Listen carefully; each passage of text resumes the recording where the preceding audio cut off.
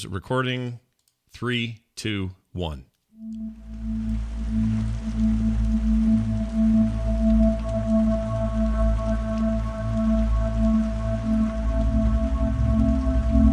Hello, everybody. Welcome back to There Will Be Dungeons. That's right, TWBD for Sunday, May 3rd, 2020. I'm Scott Johnson with Bo Schwartz, John Jagger, Kristen Ashton, and Kyle Ferguson. Baby Chunks is with us as well, and we're happy to be back for yet another show. We're going to dive right in today because we have a lot to say, a lot to cover, and a lot to find out about on today's edition. Before we do that, though, we let Kristen wrap things up from last time on There Will Be Dungeons. Last time on There Will Be Dungeons, the fist was finally free. Diving from defeat atop the tower, the four found themselves followed by more marauders, plus a maddened minotaur and a familiar fiend, Spatulo. Blows brought Stanley once more to death's door as Nash and Hope blinked out of the battle, leaving the lizard alone. Clawing through Stanley's clothes, he captured the key to the container and released the relic. It pulsed with potent power. Varel dared to don the device, but a mummified mitt arrested his ambition. Desperate to deter the lizard, a creature cast a crafty control, causing Varel to give up the gauntlet. Yet as it careened closer to Calamity, it called to Hope. Featherfall finished, and all adversaries gravitated to the ground. Hope's broom barreled to whisk the weapon to the tower, but the creation of the container finally revealed its reason. The vestige was vile, and the barrier barred it. Demons dealt more damage, closing closer and closer to complete collapse of the companions. Nash ran to refuge with Stanley and Elantris as Varel advanced his attacks. Hope rushed to the rarity, deterring its descent to the demons by merging with the mummified mitt. An explosion emanated out, and Hope transformed into an abhorrent aberration. Time tarried as a cowled creature came forth. He grew back the Eye of Grosjean before beckoning Hope to follow to the fiends.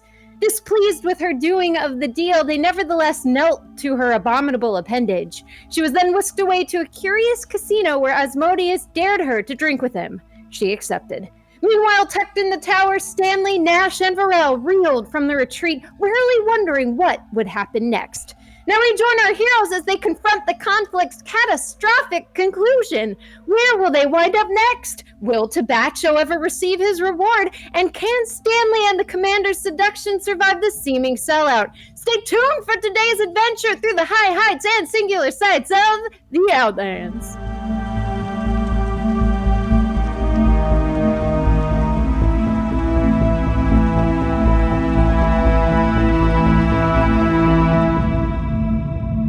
Well done, as always. All right, Bo, let's do it. Picture with me, if you will, a rolling countryside that was once green and verdant and now charred black by the presence of demons and devils all throughout the lands. And as you picture this countryside, picture it moving at a brisk speed, and that there are one, no two, no a dozen paladins atop Pegasi, flying atop the countryside towards a target in the distance. A tower, white and strong, shaped like an Xbox Series X in the distance. As the flock of paladin riders makes its way forward, it takes into its view an airship and two smaller airships approaching the tower ever so closely. The Pegasus riders slow down as they reach the tower and glide to the ground below. Clip, clip, clip, clip, clip, clip, clip. Their hooves go as they hit the ground. Stanley, Varel, and Nash Maggard of the Solar Mines, you see this sight of a flock of Pegasus riders flying towards your location from the open front door of the White Tower. The Pegasus riders land, and in the front is a very large man in white and gold armor. He has a 5 o'clock shadow growing in, mutton chop beard, and long locks of black hair. He descends to the ground, and he looks towards the Tower of White, sees that the door is open, and begins making his way determinedly towards the front door. This is a really good story, but you're all white now. Everything about your screen is white. Well, the sun's in the camera. It'll pass. All right. I thought you were doing it to set up the paladin, like total Gandalf yeah, moment. that's what I No, this is just some shit I'm dealing with here. It's so annoying, and you guys are super distracted. No, it's good. But now that we know, My we're good. exposure is at the lowest, and my game, like this is me with everything at the lowest. This is all you get. It's because of the sun. It looked like you were part of the rapture, and I was starting to worry that we were losing you. But It'll good. pass in a quick second. Okay. You'll just have to think of me as a wispy voice in the void, in Easy. the white void. Easy of to pleasure. do. No problem. All right. So this knight he lands down and he begins making his way briskly towards the front gate of the White Tower, and the three of you are standing in the middle. In the middle of this doorway area when last we left off, bringing in the fist, which is contained in the floating box, which I believe you gave to Walnut to go put away.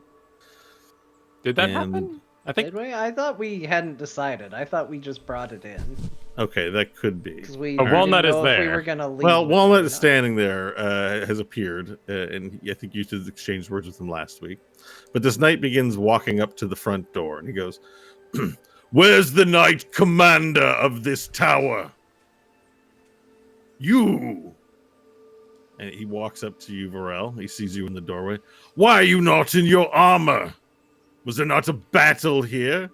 What excuse do you have for standing about without any clothes on?" this is how I always am. This is how. Are you not a knight of Euphemia? One of his swords? You're standing in the tower. No, I'm not. And he looks towards Nash. What about you? Where's your armor? I don't wear armor. I'm not You're a paladin. muted, and thus I can't hear a word you're saying. Wait. Hello? He's still muted. Why is he making fun of me? Am I really muted? Hold on. Frustrated. Apparently he I was turns- muted. Sorry.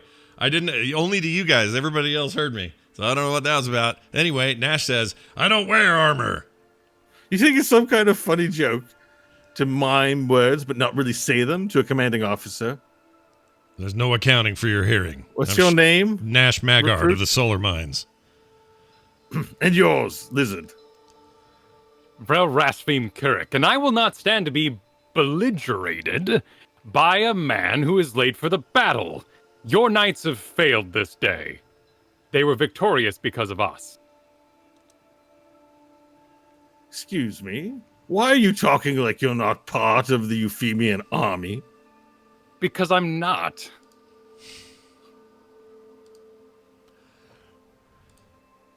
He starts moving his head around like, then what are you doing in the tower? I'm good enough You. to enter. The last of the three that I'm going to inquire with. Please explain the misbehavior of your two comrades here. Who are you? Who am I? Yeah. I'm Captain who are you? Skarim. I'm Captain Skarim, Euphemian captor in the Euphemian military. I've been at the head of this campaign for a decade. Mm-hmm. Well, why don't I you hope go when I speak- find the Knight Commander and have her explain it all to you. We were busy here defending the little tower while you were, I assume, elsewhere. She can explain it all to you. I'm not part of your order, nor do I have any interest in joining, so be kind and bugger off.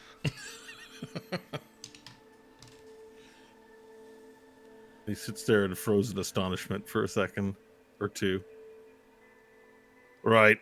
Men, watch these. If it's as they say they are not Euphemian knights. Treat them as hostiles. I'll be back to speak with you later. This is a reset of what happened earlier. They're all going to be mad at us. Captain Scroats here is going to go upstairs, lose his mind on the commander, come down here, punish us, and we'll be right back where we started.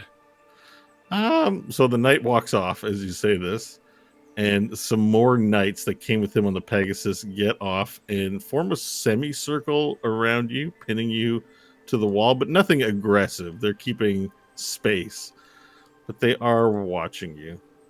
And Walnut speaks up behind you and says, "Oh, that's Captain Skarim. He's a legendary fighter. He's been at the head of this campaign for a decade, like he said." Do we have everyone here?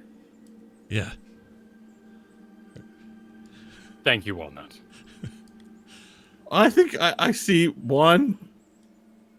Hope isn't here. She transcended Walnut. Surely you've heard the word. Walnut, Hope didn't make it back with the rest of us. Oh.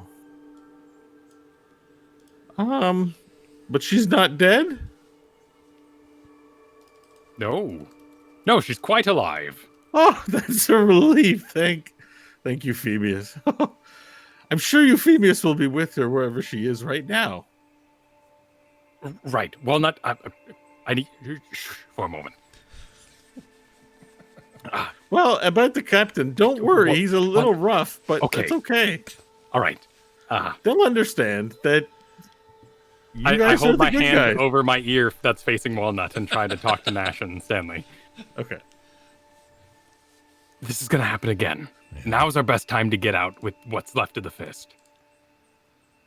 Well, I'm assuming this is immediately following the battle. Like, we haven't had our rest at this point, Oh, right? no. So, in theory, this would be me with 1 hit point, right? And no spells. Yeah, that's right. It's wherever we were left, right? So We'll get our long rest in just a second. a charred, dripping blood onto the floor. Stanley looks at Varel.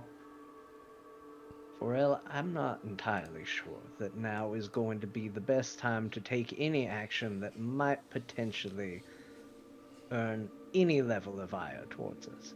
You know how this is going to go. We're going to get in the tower. They're going to discuss the fist. They're going to turn to me and be like, where'd the eyeball come from? And they're going to all get all be heady again. And unless your silver tongue can once again wile us out of this, I fear that we will once again find ourselves in a circular loop. Tomorrow, you guys will be it okay, can. said Walnut. What? You'll be fine. And what makes you think that?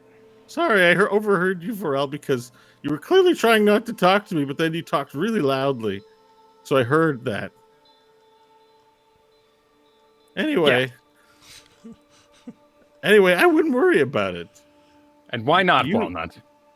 Because many of the men and women fought side by side with you and saw the true nature of your heart today. Let there be no doubt. That's just Captain Skarim's way. He's very rough and probably very disappointed in losing, well, the treasure. He's been trying to get that secured for a decade. That's a decade of his life's work gone up in smoke today.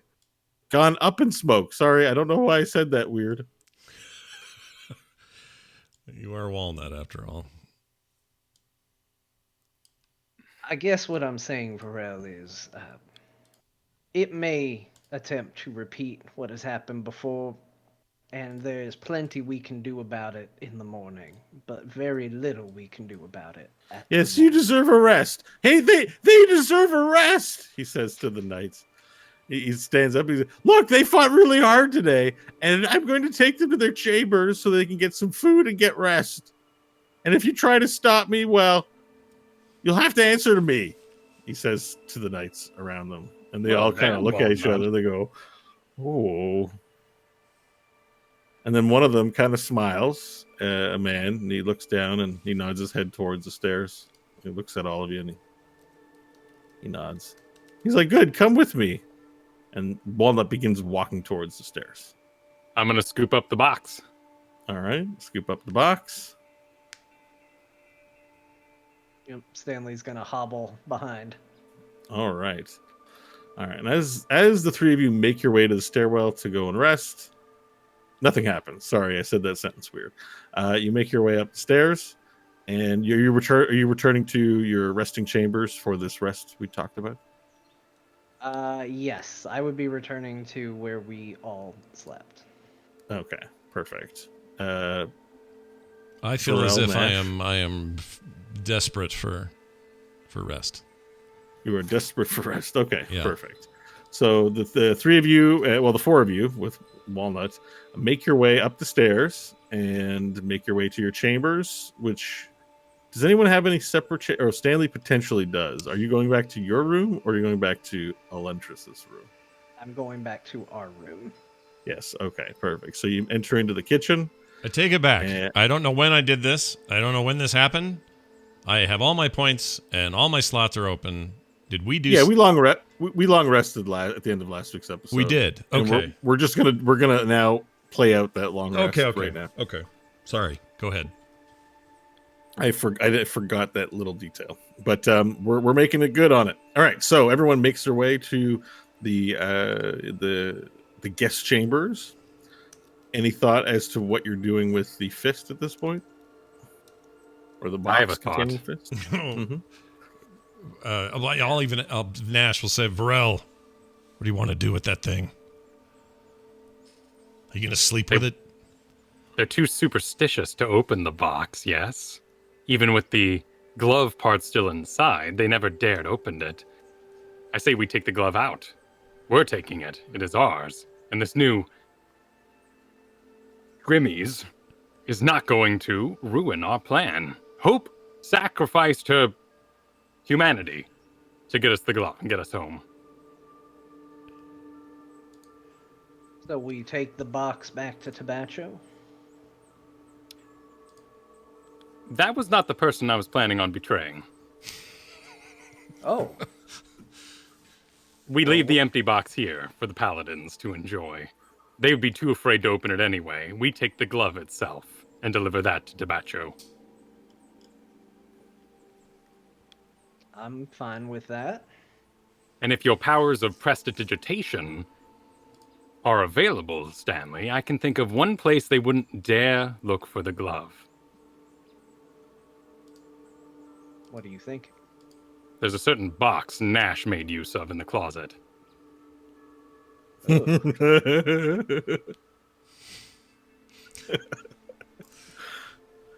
I mean, Ugh. not wrong.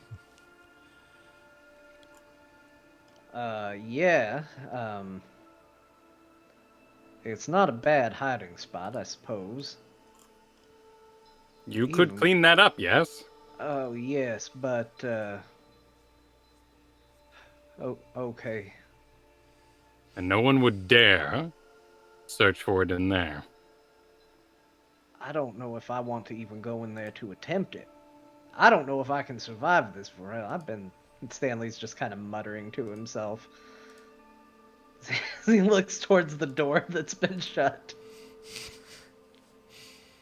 Our other option is to hope that Walnut is a good enough spokesperson for us come tomorrow's trial and following execution, I am sure. I mean, look, nobody that Tabacho sent knows that we failed to get the real item. I mean, and the order here, as far as we know, they're done with it. They told us as much that they were only interested in the hand more than the glove. We could take this back to Tabacho and say, here, as asked, so we deliver. If it's not what he wanted, he should have given us better instruction on what to bring him. I agree. And we succeed in a bit of a good deed, as we don't give a villainous scumlord a hand that he can attach for great power. He instead gets the glove. Exactly. Now, I still have and I'll pull out the little communicator, the device to signal when we're ready for a pickup. I can tell them that it was a hard-fought battle, we're recovering, but that we have the item they're looking for and we'll be ascending tomorrow. I like all of this. Nash, do you have any problems with this plan? No. This is good as any. All right, so I will take out the little sending stone and push the button that Hope showed me on it, and I'll send a message that basically says, "The battle was difficult, very bloody, and we lost many, but we have secured the item. We are resting, and will be returning it on the morrow." That's it. I got distracted because Bo, you waved your hand and appeared, but It's magic. the dust was catching the light. It looked like there was a fire in your your apartment. I have my windows open. I guess it got dusty in here. It's much better. Wait. Oh my gosh, I can't watch what Bo I have to hold my hand in front of the light. Oh, I'm that's just the doing only way so it you can works. see me. Okay. All right. I have So- the people at home are watching a GIF of you make a face. That's fine. Okay. All right, and then I put the sending stone away. Mm-hmm. Now, I guess the only question remains is that the Knight Commander didn't seem too eager to get the glove back. Do we still feel we should hide it just in case?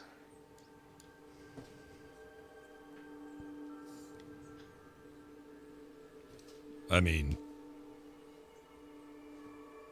yes. Hide. Well, I know that's what you would want, because I think you want to see me suffer, but I think it adds credence to our story if we're able to deliver it exactly as requested, complete with the key they told us to get and the locking mechanism that was required for it. Varel, do you agree? I agree. We could get stuck here. I say we proposition that the glove is our payment for aiding in the battle. I mean, we can still put it in the room. I mean, we're outside of the room, and even now, I don't want to go anywhere near it. One thing does strike me. If it is a glove that still contains great evil, would it somehow manifest in Nash's leavings and create some sort of monstrosity? I don't even want to imagine that, and I certainly don't want to create it. There's nothing that says anything I left in that room, in that closet, will interact and create something worse. In fact, I'm hard pressed to think of anything worse than what I left in there. These worries are for naught. I don't have magical poo, okay? I don't have arcane poo. How do you know? You once burst into fire for no good goddamn reason. Yeah, I was just thinking about that very instant. But it had nothing to do with my poo, and also that was when I was getting the puberty for the dragon stuff. That's different. That doesn't count. We don't know. It could be colonial in nature. Colonial. I think that's a far-fetched idea, but if you guys are that worried about it, then don't use my bucket, I guess. No, Warrell's right. We don't know how you work, Nash. I mean, he told me a story about you being a floating heart with limbs sticking out of it. Yeah, you missed that. That was a weird time, and it had to do with us being... Oh, I mean, I'd have been dead like you had I not had that heart. That's not so hard to understand. But everybody poops. And it's not like there's, I feel like you missed the moral of my story, but sure. We lock it in the room. If we are so inclined, we could even post a watch, make sure nobody comes sneaking in here. Fair enough. We put it in the closet for now. We all need our rest. I hate to admit that I am not up for a watch myself. Me neither. Right, so the poo is going in the glove is going in the room with the poo? Yeah, Yes, but just the not room with in the the poo. box. Yeah. Yeah, we're gonna just put the chest in there Okay. and shut it all up. Let's return to the map just so I can see what we're dealing with here. Just in case it comes up. I don't think it will, but you never know. Floor 5, right? Yep, that's floor 5. Sure. We'll say yes. Yes, floor 5. Of course, floor 5. We know it so well. There you go. Yeah, so it's in here. Yeah. Okay, gotcha. So there's like other tubs and cupboards and closets that you can put that stuff in there. All right, I'm going to move everyone to the room. All right. Cool. Anything else you guys want to do before bed apart from secure that fist? Anything else? Not that I'm aware of. No, All right. I don't think Stanley has the energy for much else. He's just gonna collapse. All right. Before you collapse into bed, a return message is sent on your sending stone, and it buzzes. Breathe, breathe, breathe. Alright, I press it. All right, you press it and put it up to you here, and you hear, "Thank you for finally reaching out to us. We will make our descent now and park out front of the tower and meet you at the appointed time. Is Spatulo okay?" That's all you get. Okay. Am I supposed to call them back? No, the sending stones have a limit of once per day, right? I think, yeah, that's my understanding. Okay. Yeah. That's the message you got. Alright. Anything else before bed? Nope. That's gonna be All right, it. so everyone just crashes on their respective beds. Sleep comes quickly. You're full rested. You're leveled up to level 11. Everything good? I think so. Yep. All right. You were all awakened by the shrill sound of Walnut screaming, "Nash! Nash! Nash!" What? Gosh dang it, you little shit. What? There's a knocking at the door, and you hear Nash from behind the door. Oh, not Nash. Walnut. Nash! All right, Nash! I'm coming. Are you decent? The burning hells. And I open the door and I go, what? What, Walnut? We're sleeping. It's I know I wouldn't wake you if it wasn't important, but it's really important. well, what is happening? So I didn't see this firsthand, but people have said that during the battle you may have conjured a moon. Oh no. What? Yes. Well, what happened with the moon? so- Just spit it out. Some visitors from the moon are here, and we don't know what to do with them, but they seem to have a lot of energy. They started bugging the watch early this morning. We can't speak to them. We don't know what to do with them, and we figured since it was you that summoned them, maybe you can make them, return them to where they come from, or find out what they need. Maybe they needed help. I don't know. Can you come down and see what they want? How many are there? 2. And they came in a big boat. Okay. Yeah, it's just the 2. They don't have a bunch of others with them, just 2 of them. There are 2 of them. Walnut, you need to be clear on this. Are there more than 2? There are 2. 2.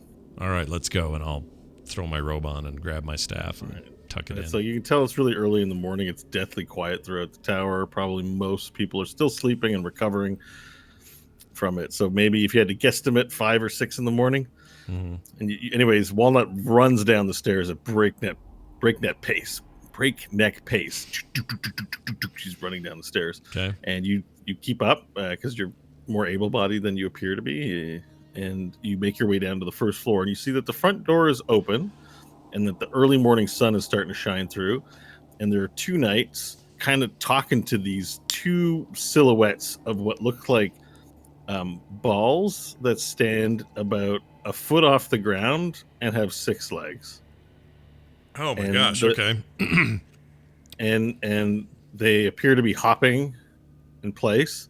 And as you get closer, and while it's like, here they are, you hear like a weird like like as you hear this weird sort of vocalization. Okay. So as you get close, you see there's like a knight standing with his hands on his hips, leaning down and trying really hard to listen to these beings. And as they finally come into the light, you see that they're these yellow, furry beings with no eyes or nose, but it appears to be a little mouth inside the meatball-shaped body of about a foot sphere, and then it has these 6 hairy legs on either side, yellow furred. And you see the being. It's just a mouth opens up and it goes tunga tunga tunga tunga tunga tunga, and then the other one opens their mouth and goes tunga tunga tunga tunga tunga tunga tunga tunga tunga tunga. And the paladin's just like, what in the blazes are they talking about? Walnuts, where did they come from? Hold on. I know where they're from, but I don't speak this Tunga language, and neither do these people. No, I know they they clearly come from that moon up in the sky that Walnut says you conjured. Yeah, that was an accident. Where are they from? Where do they speak such a mad language? Well, they're from that moon, and they speak whatever language they speak, but it was a chaotic creation. There's probably just random. I don't think anyone knows what they speak. They're tunga, just tunga tunga tunga. Yeah, see, this is all from the chaos. And now that you have a better view of the front of the tower area, you see that there are 2 of these yellow fur balls with 6 legs talking to you guys. And in the background, there's like this silver plate-looking thing with a glass dome over top of it. It's got 4 little legs on each side of the plate, and there's a little ladder leading up into the glass dome from underneath. Tunga, tunga, tunga, tunga, tunga. So, like table talk, it's like a spaceship, like a saucer. It looks like it looks like from the solar mines, you would have recognized that as like UFOs from such films as Mars Attacks. All right, that's what I thought. I'll just mumble. Oh, geez, this is not good. And I'm going to yell at the one closest to us. I'm going to go, Tunga, do you guys speak any other language other than Tunga? Okay, and as you say Tunga, it's like the first time they heard it, both of the furry bodies move in their direction, and you see that they each have an eyeball that pokes out of the fur, but in different spots. And then it's almost like the eyeball's not attached to them, but just hangs out in their fur and seems to move around their body. And then they both go, Tunga! At the same time when you say Tunga. Okay. Guards, stay here. I'm going to lead them out a little way and try to communicate with them. I'm just going to try to get them away from the entrance, away from the door. Okay, you want them to follow? Right, yeah, I want them to follow, so I'm going to go Tunga, Tunga, and do like this, like a follow me. Okay, persuasion roll, please. All right. Sweet, I was hoping I'd get to do a roll. All right. Oh, the sound's off, but that's all right. 16. Okay, so the 2 creatures that I'm going to refer to as Tungans, just for the brevity of it all. The Tungans look at one another, and they go, Tunga, Tunga, Tunga. And then they look towards you, their eyeballs roll around their furry body, and they start walking and start following you. Tunga, Tunga, Tunga, Tunga, Tunga. Yes, Tunga, Tunga, follow me. Tunga, Tunga. Yes. Follow me. All right, where are you leading them? All right, I'm going to take them to just a little ways out, so it's just not, I just don't want them in there. So let's say, I don't know, 35 feet away from the entrance. Okay, if that's possible. You walk them away, and their eyes look at you with puzzlement, wondering where you're leading them. All right, they're shorter than me, right? Like by a lot. Yeah, they're about 2 feet tall. Okay, I'm going to kneel down in a gesture of sort of, kindness. I don't want it to seem aggressive, and I want to sort of kneel down and, look them in the eye and smile with my ugly face and say, I'm just going to say Tunga, and I'm going to point back to the moon and point at them and go Tunga. I'm like, go the F back up there. Go back up there to and where your home their is. eyes follow where you're pointing, Yeah. and they walk back in their fur to a place where they can see you, and they go Tunga, Tunga, Tunga, Tunga, Tunga, Tunga, and they sort of nod in agreement that yes, you've pointed at Tunga. Oh. And do I gather from this interaction that that the moon is Tunga? Yeah. You can say that. Okay. And I will say, I'll go, oh, so the moon is Tunga. Tunga is the moon. Tunga. And I'm going to screw them and go, Tonga. What do they say? They stop and blink, and then the two eyes look at each other, and they look back at you. Tunga? One says. In a questioning kind of tone? Yeah. I'm going to say, really enunciate, I'm going to go, beef jerky. Just to see what they do. They blink. They look at each other. And, Tunga. All right, I give up. I'm going to... What were you trying to do? I was just trying to see if I could get him to say something besides Tunga. Like, oh, okay. I got you. Okay. They're talking like Hodor. Okay. Freaking Hodor monsters. I'm half tempted to go to the ship. Is the ship down, or there's a shaft of light or glass, like whatever you said? It's landed, and actually, as you survey the area, not only do you see the UFO, but you see the airships have landed too. There's 3 airships parked just a ways away from the tower. Just our regular expected airship style airships. Airships that were in the sky during the battle okay. have now landed. All right. Yeah. And you can, even though it's daytime, through the blue sky, you can see the moon as you look up with Tunga. There's a city on the moon. All right, I'm going to say Tunga, and I'm going to start walking toward their ship. Okay. And if they're not following me, I'll make gesture to... Oh, they follow you. Okay. And then one of them sort of speeds ahead of you a little bit and goes, Tunga. Tunga.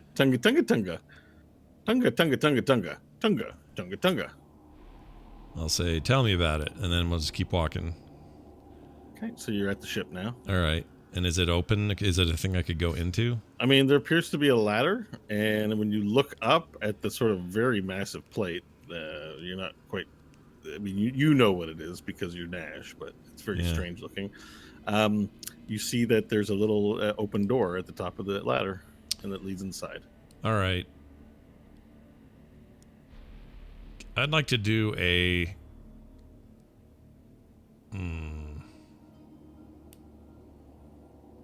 I want to try to sense or feel or get a notion of whether it's dangerous for me to go in there. And since I can't talk to them, I don't know how to do it. Walnut's around. Maybe you could ask him. Oh, is Walnut around? Oh, that's right. Hey, Walnut, get your freaking ass over here, I say to Walnut. Yeah, I'm coming, Nash. Did you have any luck with your diplomacy? We're getting there, but listen, you need to come in. You need to come up here with me. Okay. Wait, what? I'm bringing you with. We're gonna go see what's inside of here. They seem friendly.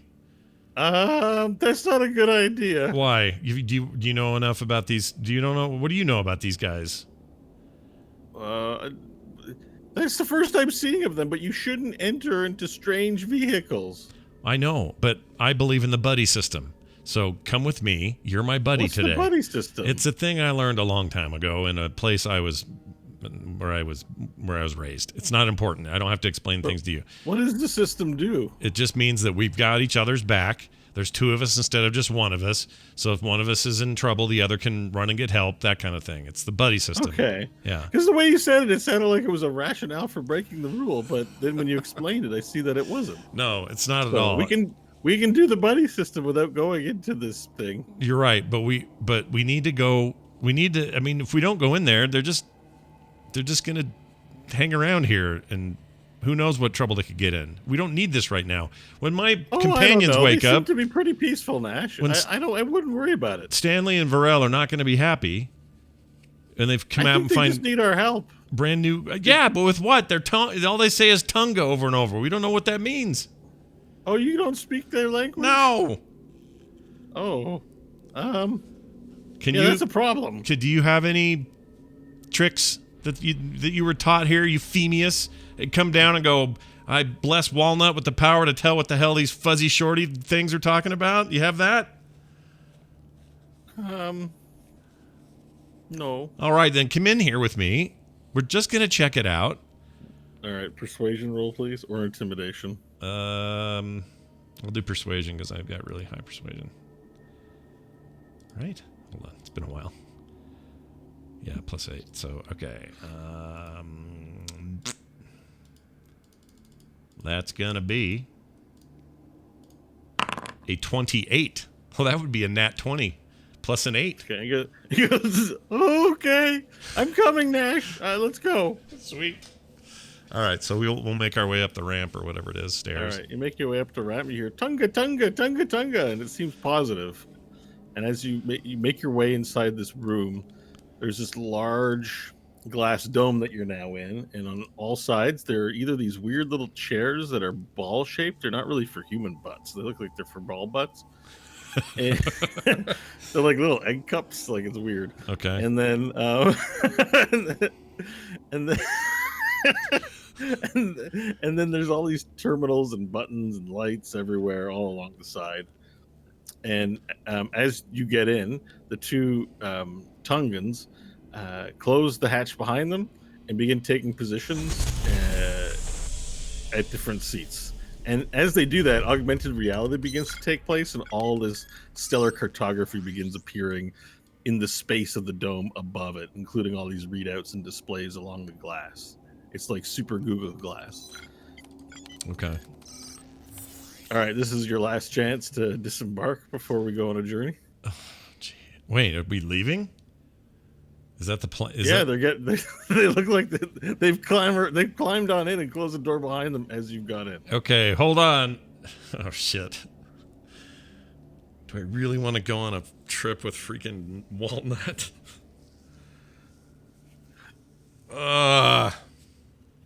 This is bad.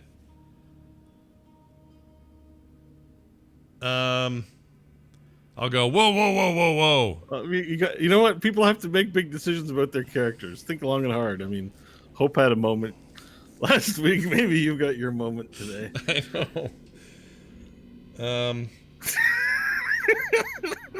I mean, I have to admit, and I think Bo knows this, I'm really curious about the moon and the city up there.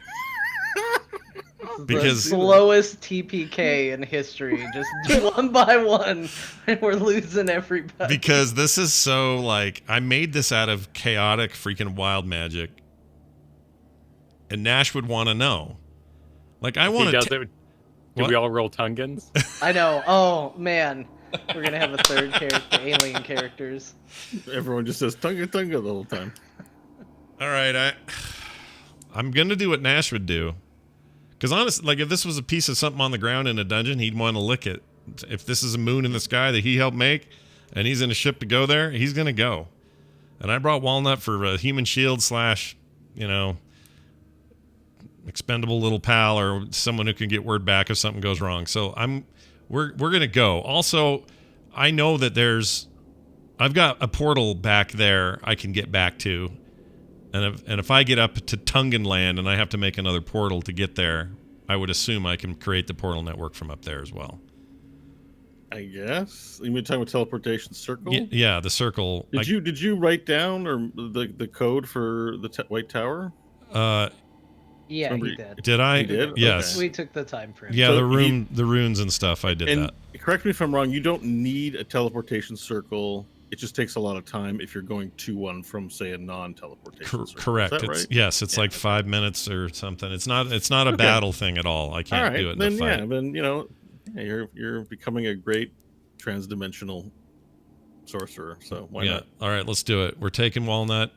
I'm gonna sit down on the little freaking eggshell bum holder and hold on for dear life.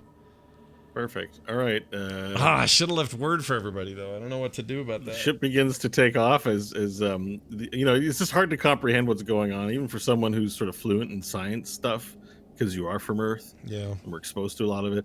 There's just all kinds of AR business happening around, and you hear the Tungans go, Tunga, Tunga, Tunga, Tunga. And then the ship slowly lifts off and begins ascending into the sky. Stanley and Varel. And it was at that moment Nash remembered, oh yeah, I need chalk to make my teleportation circle work. Well, if I have Really my robe, expensive rare chalk. if I have my robe on, don't I? I think I still have chalk, don't I? Hold on. No.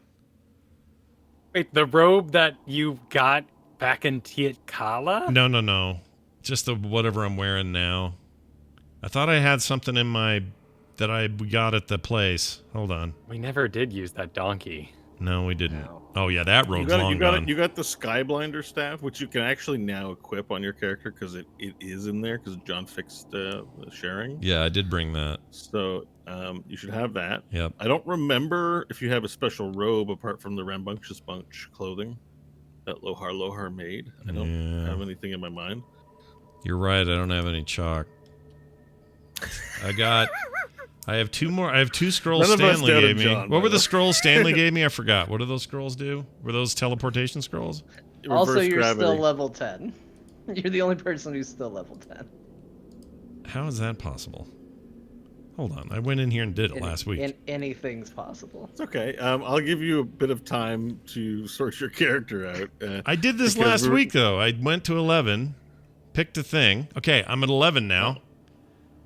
So now it should work. Okay. So you have to pick your new spell. Yeah.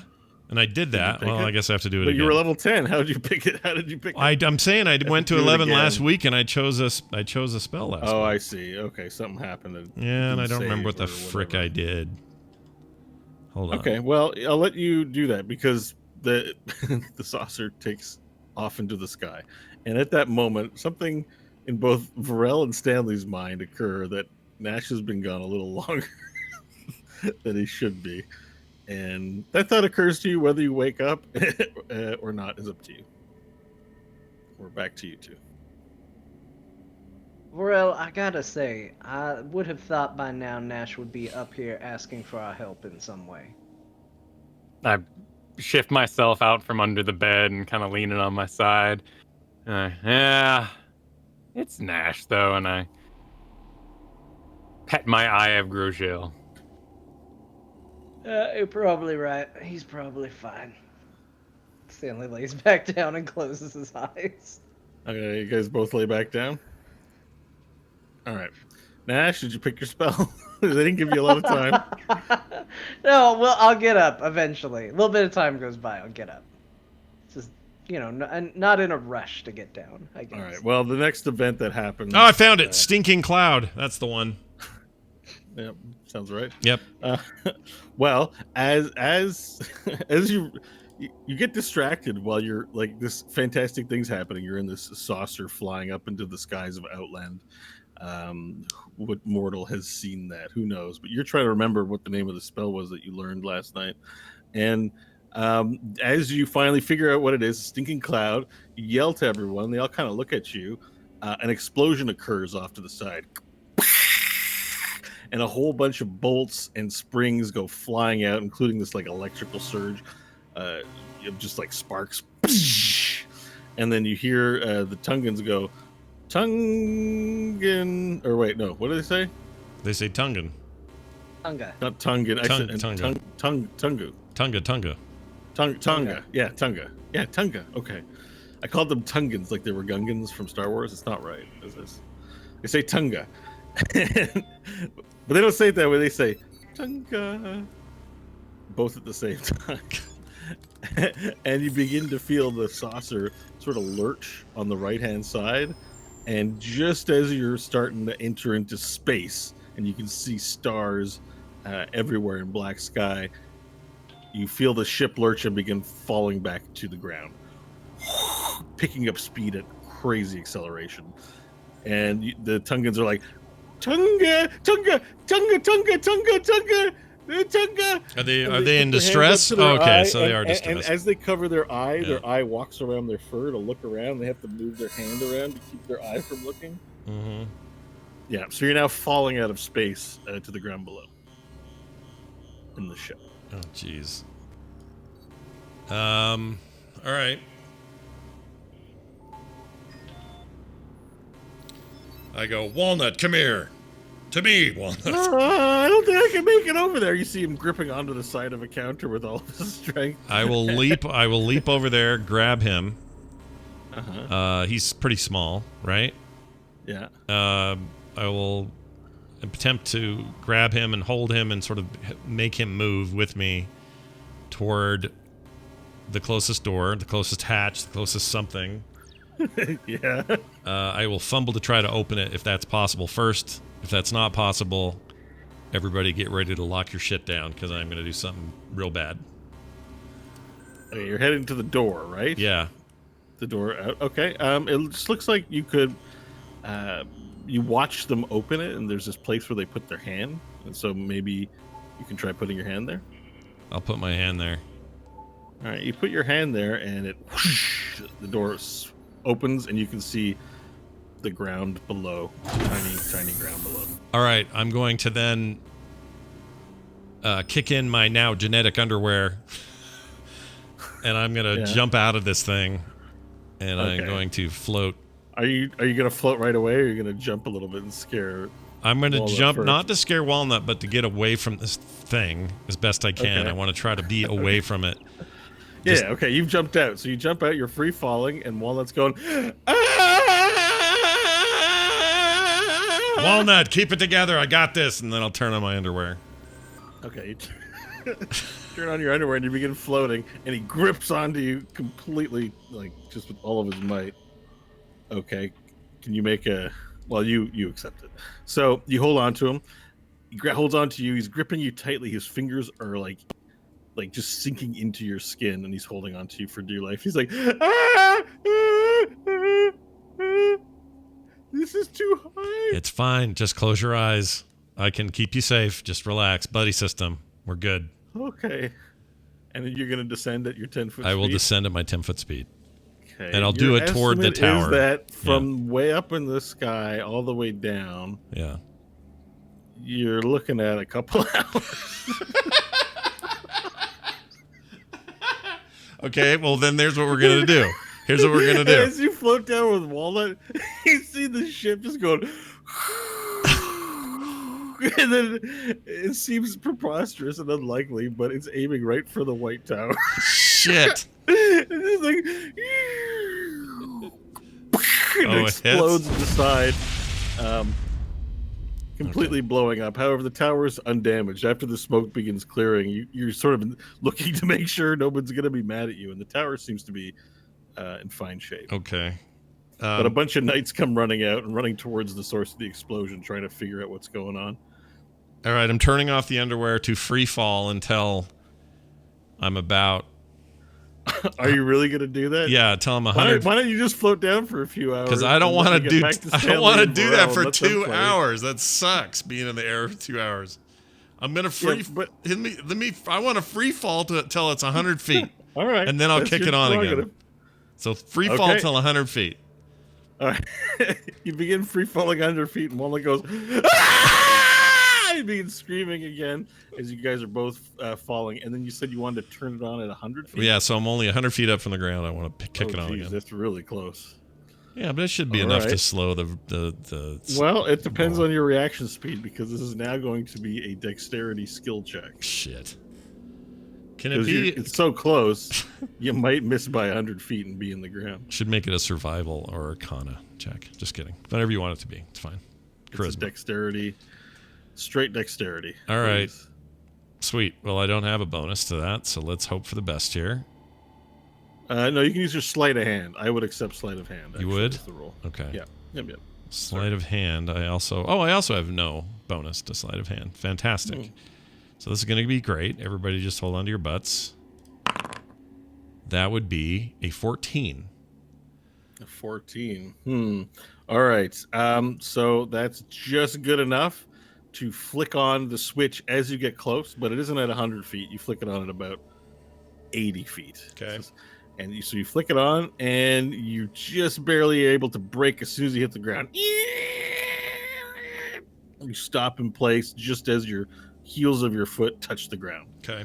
And then you land on the ground, and Walnut is frozen into a statue holding you and just will not let go and is shaking. It's just like, Well, Walnut, we're on the ground. It's fine. Relax. You're okay now. I told you it was fine. He's catatonic. Buddy system. He's in shock. Shit. I will carry him to the front of the gate and say he's gonna need a bed and some rest, some water. All right. One of the paladins walks up to you and goes, What were you thinking, you madman? Well, I thought You got in this ship. You thought almost were abducted. I know, but I thought I could go and see what this moon was about and get it out of your life. Like, it's not supposed to be there. No, it's not supposed to be there, says another paladin. I think we might have to find someone to help us with this problem. Doesn't it look closer today than it did yesterday? I don't know. I haven't been paying that much attention to The it. knights all kind of go, It looks a bit bigger in the sky today than it did yesterday. It's you that brought it here. That's what we heard. I told you this already. It was an accident. I didn't control it. It came from what we call wild magic. Think of it as chaos. This could have been anything. It could have been a giant grapefruit in the sky, but instead it's a moon. It has a city on it and these little fuzzy guys that say the same word over and over. It's completely random. It could have been anything. Could have been a giant, could have been a huge nipple with talking hairs. I don't know. Now that we're done with it, can you unsummon it? No. If I could, I would have already done that. All the paladins kind of look at each other and like, it's a pretty irresponsible use of magic, I have to say. Well, you guys would be pretty dead if I wasn't using the magic I was using at the time. And again, I didn't do it irresponsibly. It happened with or without me. Okay. All right. That's fine. Have you ever had to poo so bad and you run down a hallway to find a place to go and it starts to come out whether you want it to or not? Think it's like that. It's not on purpose. They all laugh and they go, "Oh, we know that one. You wouldn't believe how hard it is to go poo once you put your armor on. If you can't hold it for 10 minutes while you're taking off your armor, all of us here have shit themselves trying to take the armor off. It's a thing. That's funny." All right. Well, you're in charge of Walnut here. I will let Walnut. I'll pry him off of me and leave him there. Okay. Strength check, please. All right. Another sweet no bonus roll here. That would be a 12. Okay. You're unable to pry him off for you. I'm going to... that's annoying to me. So... Do I know what Walnut is the most afraid of? Do I know what that is? Maybe it's falling from the sky? I don't know now. Maybe. No, you don't know his secrets. Okay. Not those kinds of secrets. You don't know them. I would like to create a minor illusion just behind us that to Walnut will seem like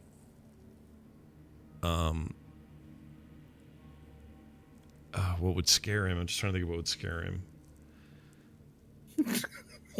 I want him off of me is what I want. So and only he would see it. The other guys wouldn't see it because it's just that cantrip that does that. Is that how that magic works? That's how that one works. So if you create a minor illusion, it's a targeted thing. Okay. Concentration spell. Mm-hmm. You have to do. Actually, how does this work? Hold on. Image. It's an image, sound, light, or smell, or any other sensory effect. Physical interaction with the image reveals it to be an illusion.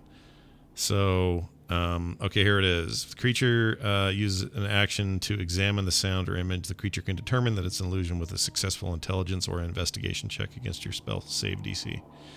So, I'm gonna make it. I'm just trying to think of stuff he said to us before. I'm going to make an illusion of Euphemius himself. Do you know what he looks like?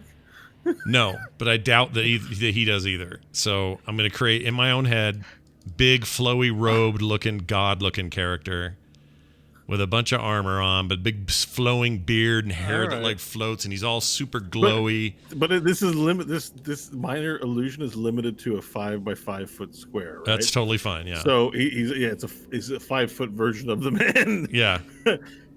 Yeah. Just to be clear. Yeah. In fact, what it'll be, I'll have him sitting in a like cross-legged position, sort of godlike, you know. Like Basic Instinct style. Or Yeah, whatever. so he looks like a god sitting there. Not Basic Instinct, like he's meditating, like a Okay. cross-legged, not uncrossed. Oh, I see what you mean. Yeah, like Karazim on us. The opposite of what what's her name did. So all right, so he's just gonna be down there in that 5. So that maybe I can make him seem bigger, even though we're still contained to the 5 foot height, Okay. because he'll be sitting ish, I follow. and he'll be sort of floating there, and he'll be so all right. bright and glowy, just glowing. Deception roll, please. All right. Hold on 1 second. Okay, there's my roller. Wait, where's my deception modifier? It is... There it is, +4. All right, here it comes. 19. Nice roll. So with that, you create the illusion, but you do it, I guess, a little bit carefully. Walnut's not paying a lot of attention because he's catatonic. So you try to do it so that he doesn't see it. But the rest of the knights see that you perform a spell, and that what does Euphemius look like? What are we looking at here? He's just a color, hair, hair color. all white hair, flowy white hair, lots of it, kind of Zeus looking. He's got a big beard that's also flowing. I got an image. He's got paladin armor on. He's glowing very brightly, like super bright. Okay. You hear in your ear. There's a tapping on your shoulder. Nash. Hey, dude, Oh my Walnut, God. Oh my God. it's And your he jump. He gets to the ground and he gets on all fours and he starts praying. perfect. Well done. All right, then I'm gonna peel out of there as fast as I can get out of the way from him. And as you peel out of there, you're from the various knights, and one of the knights gives you a high five if you accept on your way. All right. Yeah, I do. Yeah. All right. He gives you some skin. Snap. Yep. I smack him in the hand as I run, and I also Yep. end the concentration, and poof goes the god. And I Okay. And you're running back inside the tower. yeah, I'm going back in to get up to Stanley and Varel. Okay. And so Hope and Stanley, I don't know if you were back asleep or if you were just snoozing, but you can hear Nash's footsteps return to the room. Yeah, I guess still just lounging on the bed a bit, recovering. I'm gonna walk in there, and I'm not gonna take anything off or anything. But I'm just gonna lay back on my bed, just lay there. Okay. All right. So it's up to you when you guys want to wake up. Hey Nash, what's the deal? I took a walk with Walnut. Everything's fine. Yeah, they said there were some energetic things from the moon. Yeah, they're not a problem now, though. I took care of it. Nothing you guys need to worry about. How did you take care of it? Well, if you want the full story, they took me to their ship. I got in it, took Walnut with me. We were going to go to the Moon City thing that got created. It exploded inexplicably for no reason. The moon? No, this ship we were on. Or it started to break apart and fall apart. So I got out of there, jumped ship, floated, did a free fall, then floated the final few feet to get back here. The ship crashed. It's not big enough to do any damage, but it hit the side of the thing. I'm surprised you guys didn't hear it. And then I got up here. Oh, and I made Walnut think his god was visiting. That Euphemius was here physically. Nash, if you had to poop again in the morning, you didn't have to make up a story. We don't care. Well, I told you didn't need the whole story, but everything's no different than when I left, so I'm here. We've all rested, I assume. That's the important part. Nothing is different. Nothing is different. Okay, guys? Nothing has No matter how changed. much it might seem. Nothing has changed. Alright, well, I suppose now that you've finished whatever nonsense you've actually been up to, we should probably get going. Fair enough. Plan still in effect. No change. No one had a revelation overnight on how to do this differently. I don't remember anything about last night, so no. So, what's the plan for the fist exactly? Or So I think our intention is that we are going to bring the chest back to Tabacho and present it as mission accomplished.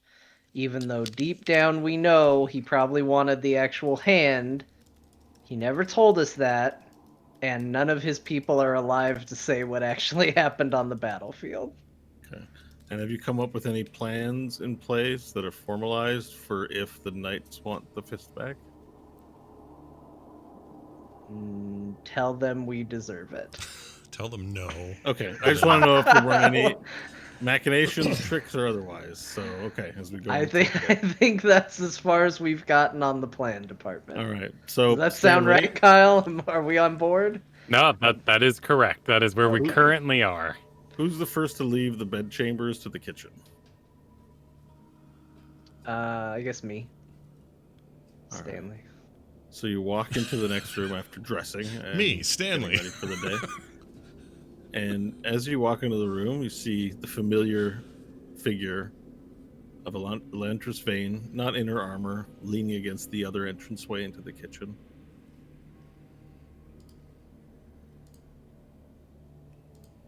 She has her arms crossed and she's looking in your direction. Does it have a "I want to talk to you" look, or does it? There's it an a... "I want to talk to you" look.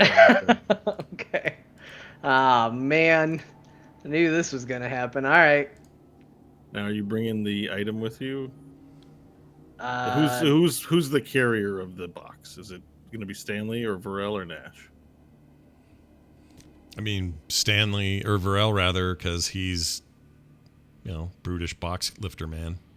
Yeah, I'm the one who carried it up, so I'd be the one holding on to it right now. All right, you're the custodian. Perfect. Yeah. So yeah. All right.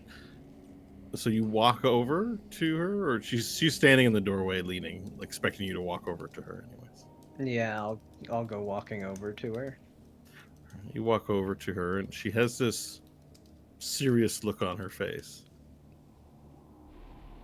But as you walk over and get closer, her eyes soften a bit, and she accepts you into her arms, and she moves in for a deep kiss. Oh. Oh, hell, this isn't what I expected. How I expected this to go. Do you accept the kiss or do you push it away?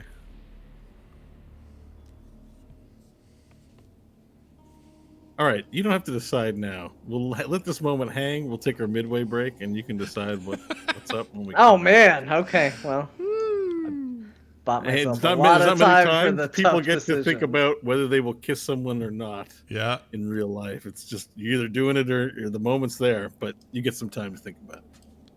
Excellent. Yeah. All right, we'll be right back, everybody. Don't go too far, 5-6 minutes. And just so the team knows, Awesome. it was completely unintended. Okay, we're back for part 2 of today's session. Bo, back where we were. Take it away. All right, and we come back to Stanley, who approached Elantris Vane, is now being approached by her for an incoming kiss and hold. And Stanley was deciding, it was going, whoa, so this is your moment. Yeah, Stanley's gonna return it. Okay. So your lips meet, and they sink into one another for a deep and passionate kiss. Now that I realize how uncomfortable it makes Scott, I think this is gonna be. There's something about it. You know why? Well, I don't know why. I don't know why it grosses me out. You hear Nash just go, ugh, from the other room. As you have your deep, passionate kiss. And then as your faces split apart, she pulls her face away from yours. You see her eyes are red and close to tearing, but no tears are out.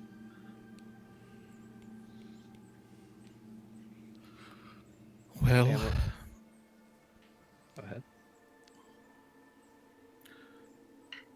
Stanley.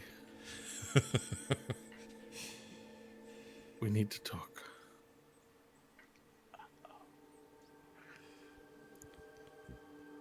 All right. I've been asked to return to the High Temple of Euphemius for trial. I'm sure it's nothing to worry about. But yesterday's failure rests squarely on my shoulders as the leader of the regiment here at the White Tower. I must go and answer for the result of yesterday's battle. I see worry on your face. I don't expect anything dramatic. Perhaps some time away from the field of battle, yes. Meditation, something like that. Wait a minute. They're really levying this against you. It was under my watch, and the one who made off with the hand I allowed into the tower. People have questions, and more than one have brought this up to Captain Skirim.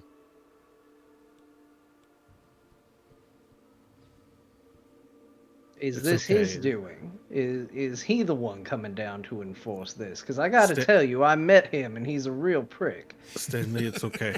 It's all right. This is how we do things here. There's nothing abnormal about it. In fact, I'm relieved. I have been fighting in this campaign for over a decade now, and the idea of being put to task doing something away from the battle for some time, I think I need it. So there's nothing to worry about.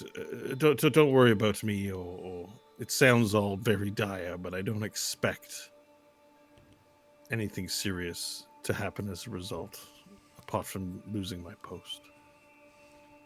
I mean, you don't think anything dire will happen, but is that a possibility? I'm a faithful servant of Euphemius. I haven't made, in my mind, any decision that would be called for treason or oath breaking. They may find my judgment to be lacking, but an unintentional error is not cause for severe punishment, such as imprisonment, banishment, execution. I don't think that will be the result of this. What I think is likely to happen, Stanley, is that I'll hang it up. I'll find another way to serve Euphemius. And even if things go well and there's no punishment, I think I'm still going to do that. I've spent too long on the front lines. It's time for another to take my place.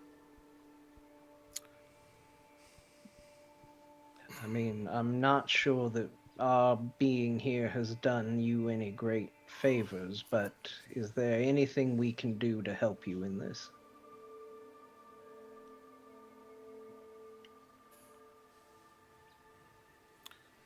Well, I don't need anything from Vorel or Nash. What do you need from them? What do you mean, what do I need from them? Yes.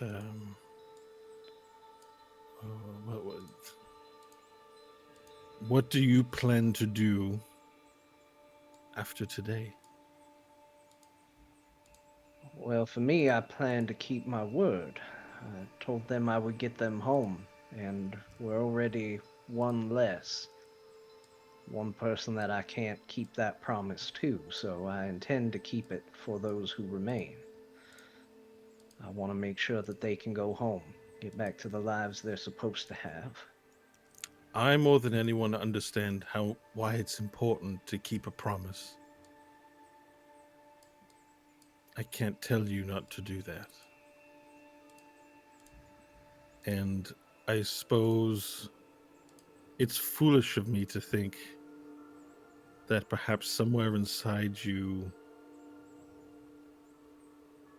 you realize that everything that you're looking for was with me.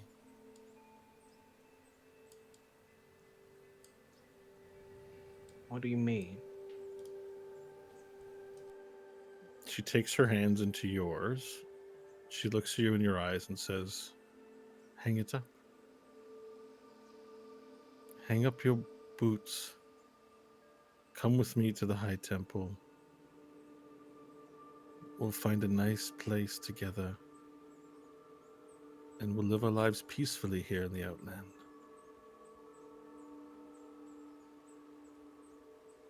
Your companions are grown adults. They can find their way.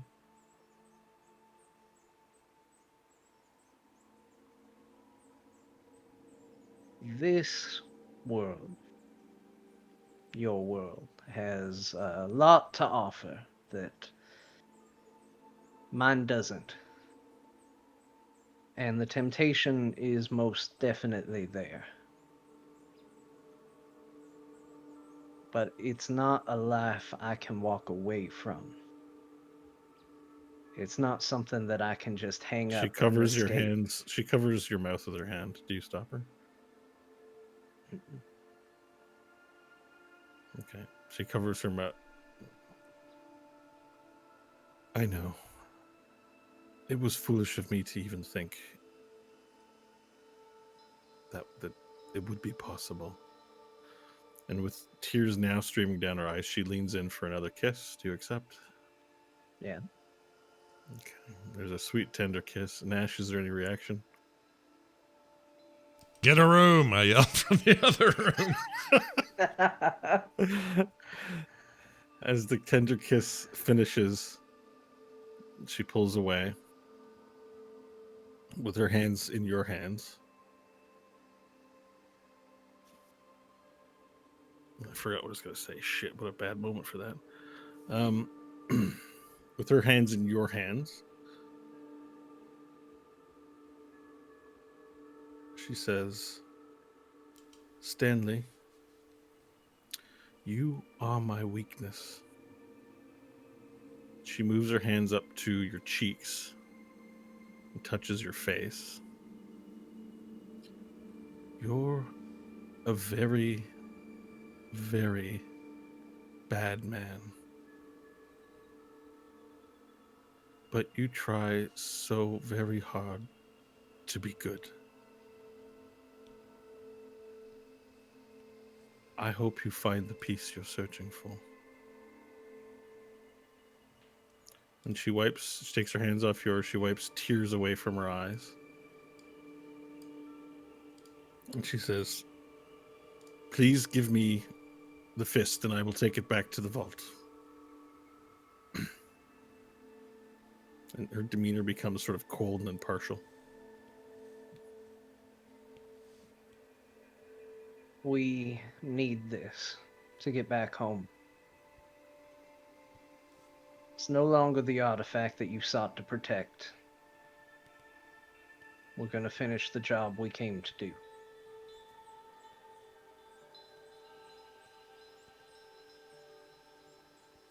I'm sorry, the fist is not yours to take.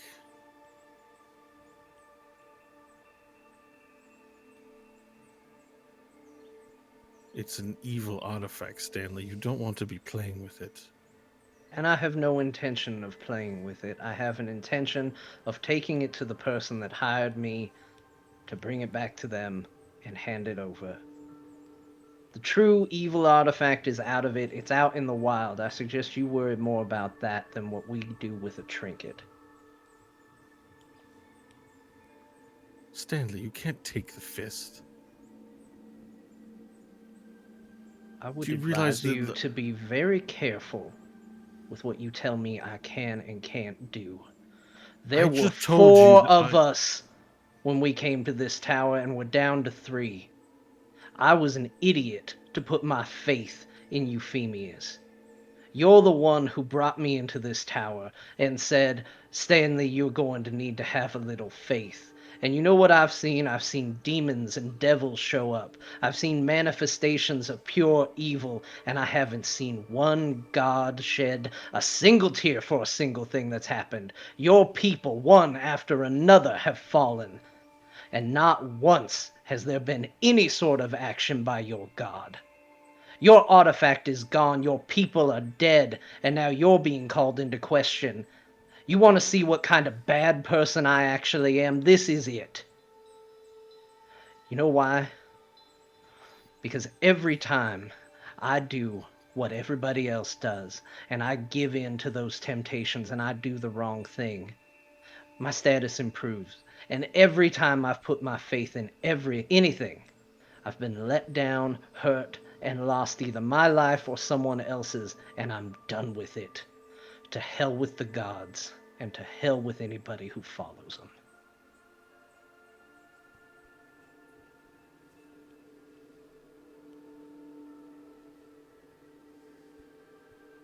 I still can't let you leave with that fist.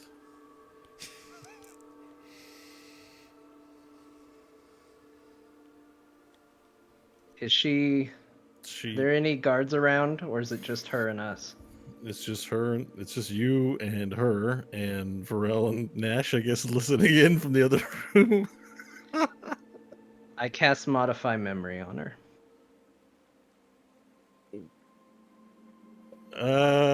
Okay. Oh shit. You know, we're crossing into difficult moral territory when you are going to modify memory on a girlfriend.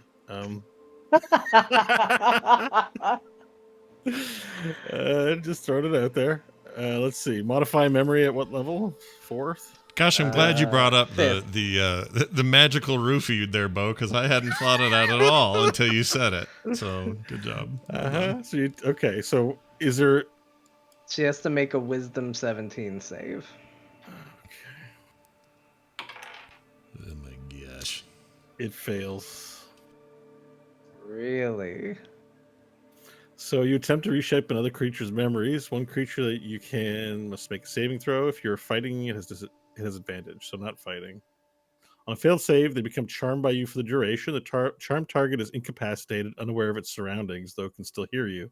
If it takes any damage or is targeted by another spell, it ends. Okay. While it lasts, you can affect the target's memory of an event that it experienced within the last 24 hours, and that lasted no more than 10 minutes. Well, that definitely wasn't sex with her, because that's more than 10 minutes. Yeah. You can permanently eliminate all memory of the event. Allow the target to recall the event with perfect clarity and exacting detail. Change its memory of the details or create a memory of some other event. Wow. You must speak to the target to describe how its memories are affected and must be able to understand your language for the modified memories to take root. Its mind fills in any gaps in the details of your description. The spell ends before you've finished. The creature's memory isn't altered.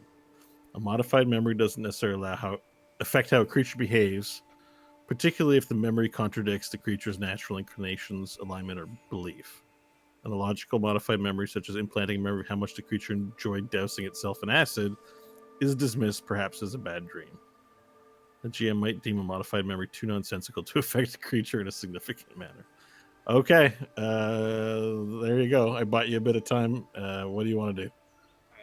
I'm going to tell her, basically wipe everything up to her saying that Stanley's a bad person who tries very hard to be good, and replace it, or up to her asking for the. Wait, are you invalidating the conversation we just had? I am. Really? You're wiping it from existence in her mind? I am. Really? Yeah. Okay. Cool. Terrible, but also cool. And I'm gonna replace it. I'm gonna replace it with us saying we had to take something back to get my friends home. We've left the fist hidden in a chest in the other room. This is simply an empty case for us to return. to hopefully trick them. Okay, so just so I get And- the particulars right. Right. So basically, when she asked for the fist, the general gist is we told her that we took the fist out, we hid it in a chest in, the poo chest, is the implication. Okay. We didn't say the poo chest. And that we need to take something back to show that we attempted. And so that's what this So supposed you're empty so you case don't is for. you don't have the fist. You have just the box Yeah. as like a show of contract fulfillment, Yes. and that's the story that she now believes in her memory. Mm-hmm. Okay. Now, she's not charmed for 24 hours in the sense that she doesn't do anything, right? Like, as soon as you've modified the memory, it's over, right? Let me see, because it says a minute. Yeah. Still hear you. Charm. Okay, duration is up to a minute. Well, the charm lasts. The 24 hours I got confused by, but that's Okay. it's 24 So hours is she's just how far back the memory goes. So while she's kind of still coming out of the daze, I will just look at the two of them and kind of indicate we gotta go. All right, and if it's one-on-one like that with no witnesses, they don't know that you cast a spell. It was silent on that issue, and you Oh, is it? There's a verbal spell, so I didn't know if he had to. verbal somatic, so it's hand gestures and saying. But yeah, I'm just thinking you would also, while you're modifying the memory, why wouldn't you also modify the rest to be like, I never cast a spell, right? Oh yeah, yeah, And yeah, it all happened a few minutes ago. yeah, so- and that we had an embrace and a kiss as a goodbye. Yeah, okay. Yeah, it just seems broken. Otherwise, how would you Yeah. anyway, okay. Yeah. All right, cool. At least this way we can explain it. All right, so With that done, she kind of looks around. She goes, Stanley, and her eyes begin to well up. They become red, and she becomes filled with emotion, and she walks in your direction, and she reaches her hands out to give you a passionate kiss. Wait, no, you didn't make her forget, did you? Did that happen, or did you make her forget? I made her forget the speech part in its Okay, so you place, still but kissed, but what did we kissed and said goodbye. Yeah, at okay, the end never of the mind. I have it memory. wrong. I was really looking forward to doing a Groundhog Day of that whole thing, but that's Sure. not what you said, so Sure. that's wrong. Okay, so she looks towards you, and I guess since nothing really dramatic happened anymore, like the argument or the dissonance over the fist, she has it in her mind that she understands you have an understanding that works for her. And because there's still an emotional tension, which is there, she looks at you through sad eyes, and then she turns around and just walks away back towards the stairwell. No explanation as to where she's going, but you know that this modify memory spell was successful. Look at Pharrell and Nash. We need to get going immediately. You're not waiting for me. And I get up and start heading to the door. All right, start booking it to the base of the tower and to leave. Okay, perfect. So you guys are all leaving. It's go time. You know, in a way, Stanley and Nash today both took a ride that could have gone real bad and then came back from it. And no one's the wiser. That is a weird parallel that we just had. Well, they would have heard it. You two would have heard Stanley's outburst. Oh, we heard that too, but then also you guys, probably a lot of people, you included, felt and heard the crashing spaceship, but we both kind of wiped these things out of our way. It's like we're just moving on now. There's just something about it. Yeah, I like it. all right. So what's the plan for exiting the tower? Just book it and head towards those airships. Casually. Yeah. Okay. We're walking Like proud, it. but casually. All Fly right. casual. Let me just go back to my notes here. Let's see what I can do. Okay. All right. So you make your way casually down the stairs. Can I get a deception roll from a performance roll? You're performing that everything's fine. I need team performance. Team roll, please. performance rolls. That's a 18 from Stanley. A 17 from Nash. 4. Okay. From the two of you are successfully being calm and just walking like it's nobody's business what you're doing, and Varel is trying way too hard to be nonchalant. He's exuding nonchalantness everywhere. But fortunately, it's still early enough in the morning. There isn't a lot of activity. You make it to the set of stairs and do not encounter a soul on the way down the stairs. However, as you get to the bottom of the stairs, you can hear there are guards speaking on the main floor, and likely before you make it to the entrance of the tower, you're going to come across that group of guards that Nash you know are there, that were Right. laughing at Walnut. Yeah. Right. So, any consideration, or you just want to attempt to walk past them? I mean, is Walnut still there, or how much time has passed since the embarrassing moment? It's been 15, 20 minutes. It hasn't been too long. It's felt like an eternity because that conversation was awkward, but it hasn't been that long. And is Still Walnut down there still? Well, Walnut, when you last left him, was catatonic, right? Yeah. And then... Well, when I left him, he was up on his casted- knees and doing his worshipy thing, so... Yeah, he was worshipping your illusion. Right. So you don't know what the situation is. Well, the reason I'm asking until is... you physically look. Right now, you can just hear it, and I'm letting you know in advance that you'll be walking past people with the box. But Well, you can't okay. you can't visually know how many are there without I'm leaving it to you, the players, to figure out how to get. All right, past I'm going to this look at potential obstacle. my two companions and say, all right, look, last I was down here, the guards were there. Walnut was there. There's maybe 8. Okay, from your eight memory. of those, plus Walnut if he's there, so it's 9. So I'll say, here's what we probably should do. We're going to need a distraction. And if Walnut's there, that's an easy distraction. Because I just played a big trick on him, and he's going to be either mad or confused, and I can, kind of pull him to the side and talk to him. And they were all laughing at this, so they'll probably be interested in listening to this. Maybe then, maybe not Varel so much, but Stanley could sneak it past without a terrible roll for stealth or something. But maybe we just need to distract them to get it out of here. You guys have teleportation spells too, by the way. I think might serve here. We do. We have as a matter of scrolls, yeah. fact. We do have scrolls.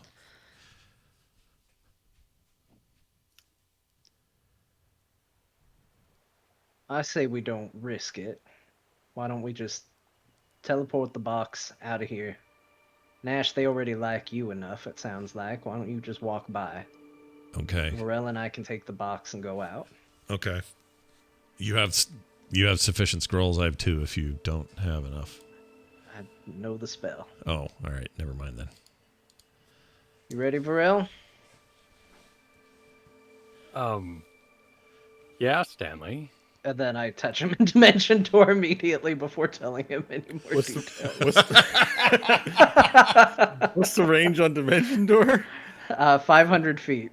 Okay. Does it have to be a point you can see, or it's a point you can imagine? No, Wow. it's a point I know. So we've been outside the front door before, Okay. so I would, as far So out. you could just teleport out the wall off to the side, not even so that they can't see you in the front entrance. Yeah.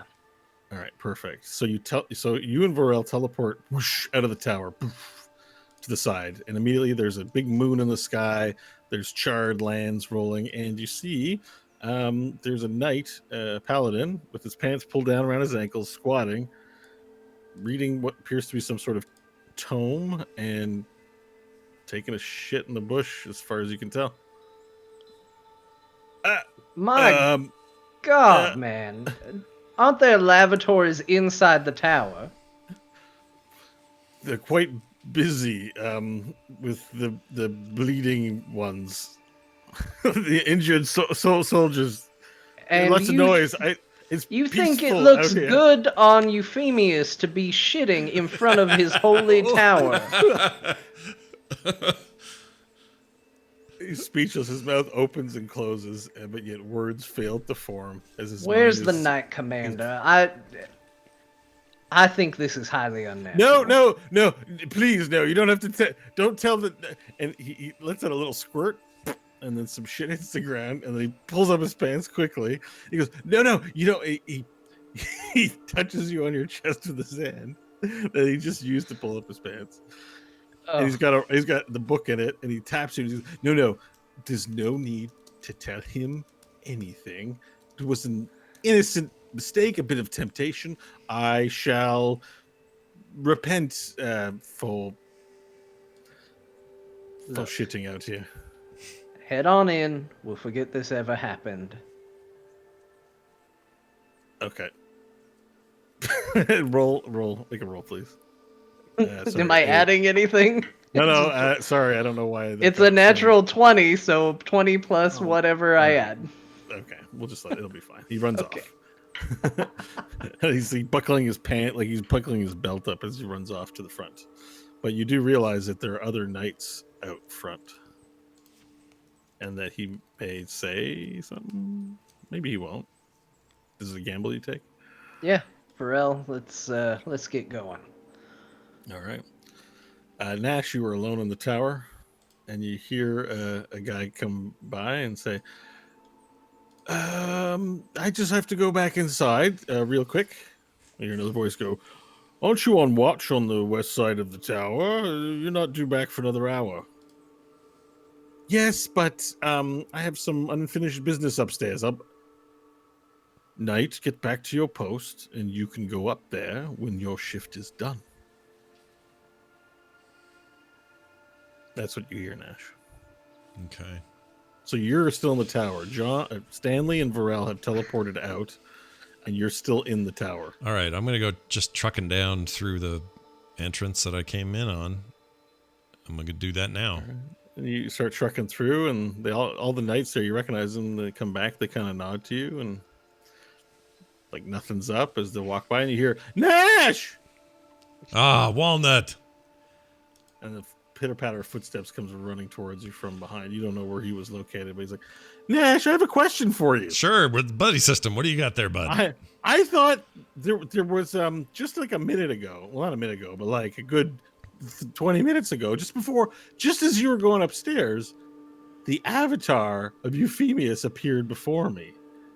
Oh, weird. How'd that go? But for some reason, my brothers and sisters were laughing and not falling to their knees and praying with me. And I'm not clear on. Well, maybe you saw something. Should I report them? Maybe you saw something. Maybe the crazy free fall we did from that ship made you see things, or maybe they made you see things like those little creatures. Maybe I had a vision that others did not have. It could be, yeah. But why would they laugh then? I guess because I looked silly. Yeah, there you go. See, you've come to your own conclusion. Nice job. Oh, jeez. Well done. Well, this ends our buddy. This is the end of the buddy system for me today. I'm just for now. I'm taking off out the front for a little bit, and you just chill here. I'm just letting you know. Let me go with you. No. I know a lot of information about here. Now that it's safe, well, I can give you some guidance. Here's the problem. The ship may be there again. If it is, we're going to get in it again. You might fall out again. We might die again. Do you really want to go through all that? I don't want to do that again. I'm not going back in any ships like that. Good. Then stay here. Staying on the ground with my 2 feet on the ground. So they need you here. So stay here. There's lots of injured, a lot of people, getting But cleaned you're up. coming back, right? Sure. Why not? Nash. Yeah. Yes. Just remind me when you come back. I have something important to tell you. Oh. Well, I can't. Can you tell me now, real fast, before I go? He looks around. And goes, "It's not a good place for stuff like this. It's not important. I'll tell you when you come back." All right. Sounds good, bud. Buddy mode off for now. We'll see you later, and I'll. Buddy mode off. Yep. And I'll. We'll fist bump or something, and then I'll head out. May Euphemia walk with you. Sure, and may your dreams come true, and then I'll walk the other way. All right, so you walk out, finally pulling yourself away from Walnut, and you look over the vast landscape and see rolling, charred hills. Okay. It's a blackened hellscape. From the fight.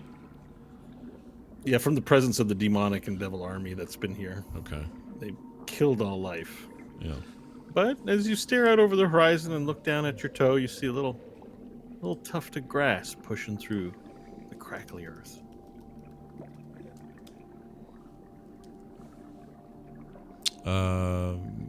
But you don't know where Varel and Stanley are right now. It's just a little blade of grass. So you're outside. There's a tower.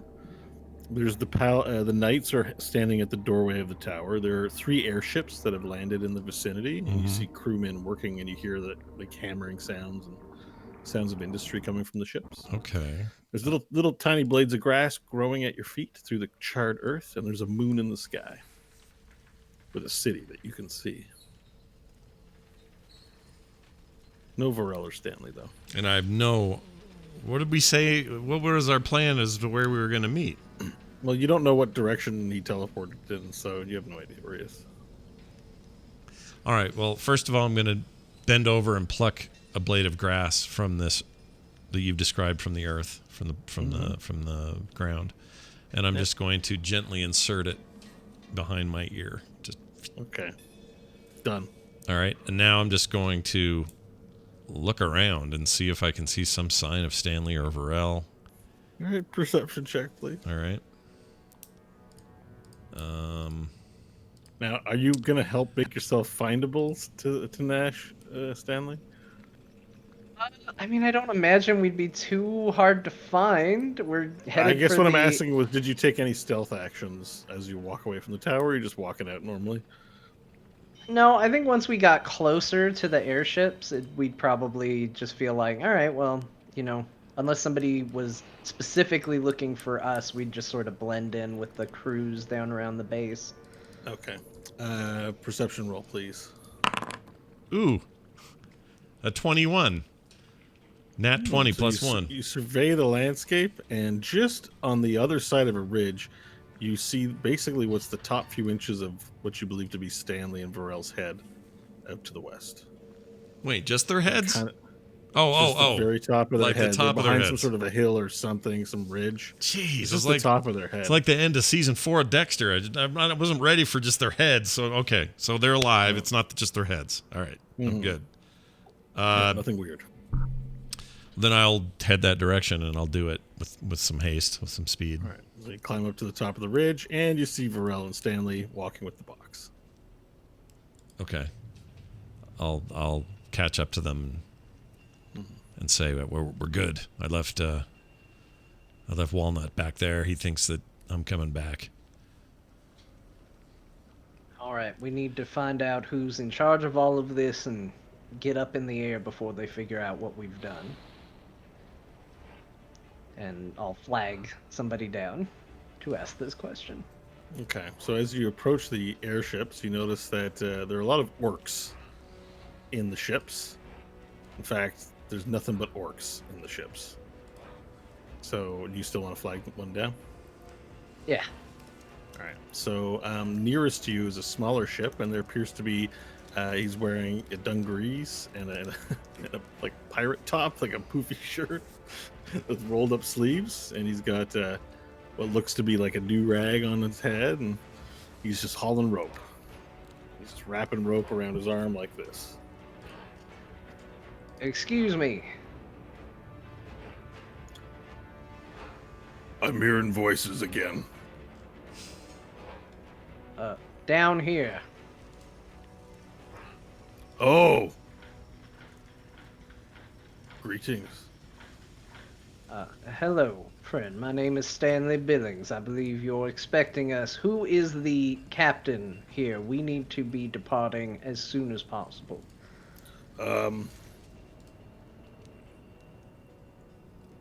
No captain. Spatulo. Ah, well, Spatulo didn't make it through the battle, so who's next in command? The orc turns around, he looks, and he goes, "See that one? And you see there's this massive sort of orc that's on the ground that's yelling out orders at other orcs to lift up rope and paddles and to like hammer wood together to make sure the integrity of the hull is up to shape. And he's got this helmet with these large horns. He's wearing like a He-Man strap. He's got nothing but like a pair of furry underwear. He's basically wearing He-Man's outfit. And he's large. He's massive. He's like 10 feet tall. This is a massive roid monster. All right, we approach him.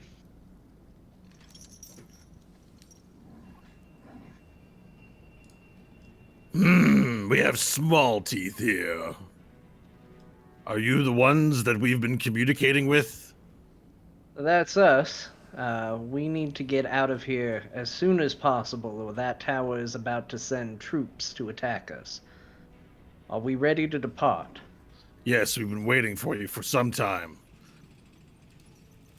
Well, my apologies. This Where was is quite the Spatulo relic to... and Slobishar? They didn't make it. Well, it's still good of you to come. Tobacho is waiting to hear the results of your mission. A deal's a deal. Let's get it loaded up and head out. All right, boys, we're taking off early. Our guests are eager to get back and meet their destiny. All right, saddle up, everyone get in, and then the orcs begin start making preparations to take off. He turns to you, Stanley. He says, "Go on and get in the big ship. The guest quarters are on the floor below. There's a chef in the mess hall. If you need any food, 24 hours a day, you ask, you get." Thank you. That's very kind. Good. Now get on in the ship. We'll be leaving in about 10 minutes. Okay. We head for the ship. All right. He points to a ladder that's hanging off the side of one of the airships. Use the ladder to climb into the airship. Sounds like a video game tutorial. It does. Pull the left Press trigger X to fire. climb. Yeah. Press select to see your map. Yeah, I climbed the ladder to get into the airship. All right. So the three of you climb the ladder. Varel, you can climb with one hand and while supporting the box floating in your hand as you go up if you want. All right. So the three of you climb up the boat and make your way into the airship with the box. Following the apparent captain, maybe not captain, just a leader orc's orders, you make your way into the second floor of the hull of the ship where there are guest quarters here. And everywhere you look, there's like a lightly clothed orc. They're all very hot from whatever work they're doing, so doesn't seem to be wearing a lot of clothes, but you definitely recognize some of their symbolism on some of their clothing as the same from the group that you found in Daddy Longlegs. So if anything, you found a large war band of orcs that are all from a similar tribe manning these airships. After waiting patiently for a small amount of time, you feel the lurch of the airship as it begins pulling itself from the ground, and you hear the orders going, full mast! And pull that rope back there! And all these yellings that are happening from the orc captain above. Your imaginations drift off as you feel the boat lift into the air, wondering what your lost friend might be doing in this very moment. Kristen, are you ready? Are you ready? We got a loud little chunky voice, almost. All right. Well, as that continues, you feel the lurching of the ship, and there's small little windows on your room. So you see, as the airship floats up into the sky, you see the moon now in the starry space sky of Outland. And it's very large, and you do notice that it does appear to be much closer to the ground than it previously was. You get the feeling that if this moon continues to exist here, that it'll eventually crash into the ground. It's hard to say exactly how fast it's traveling, where it is relative to it, because the distances are so vast that when you look at them over through sky, it's difficult to measure. But you have a sense that you're leaving a problem for someone else to solve. And John nods Yeah, very happily about that. Certainly seems that way. Someone What else is- will have to solve that one. All right. And so now we zoom in so tightly that we see all the atoms in the universe. And then through the atoms of the universe, we see a lake of fire and the Kaiser Hotel, or casino rather, and hotel, on a cliff overhang above the lake of fire. And we proceed further and further, and we zoom into a window. And in that window, we're in this bar. There's a stage on it. It's full of patrons of all different races and species of the cosmos. But the only interesting table in this bar is one where Hope is sitting with several empty cocktail glasses in front of her, across from Brent, who's in a white dining jacket, has a bow tie on, black slacks, got a little pencil mustache and slick back hair. Hope, you're killing me. Let's get another over here. This is great. So, you were just about to tell me about the time that you found out you were queen. Oh yeah, thank God the bomb, the grenade launcher, it didn't blow off my other horn, because apparently horns are like fingerprints or something. So like, family loved it. Mine was dead, but they were all alive or something. It was great. Oh, that. I'm going to tell that story to people if that's okay. You don't mind me sharing your story with you? It's a great story. Got Like, even with all the kings and queens, that I might talk to in a day, very few people actually ever wake up and find themselves one. So that makes you very special. Isn't that right, Tercel? And then he looks to, there's a woman, human female in a cocktail dress that's on his arm, and she goes, yes, of course, Brett.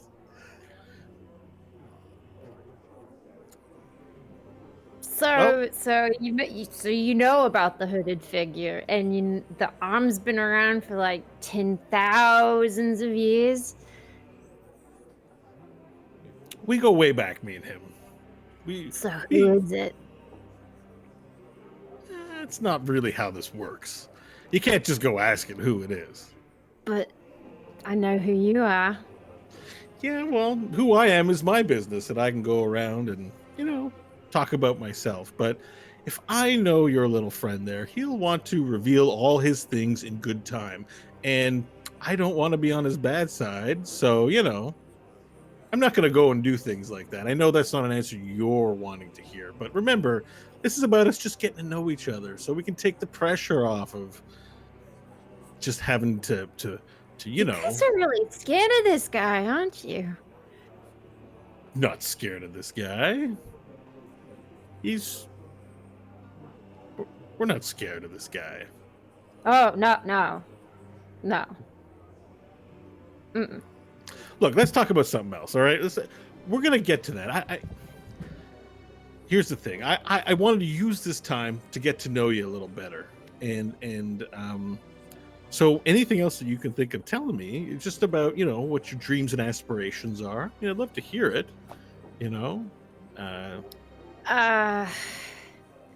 Well, I always wanted to be a god. It, kind of came to me one night.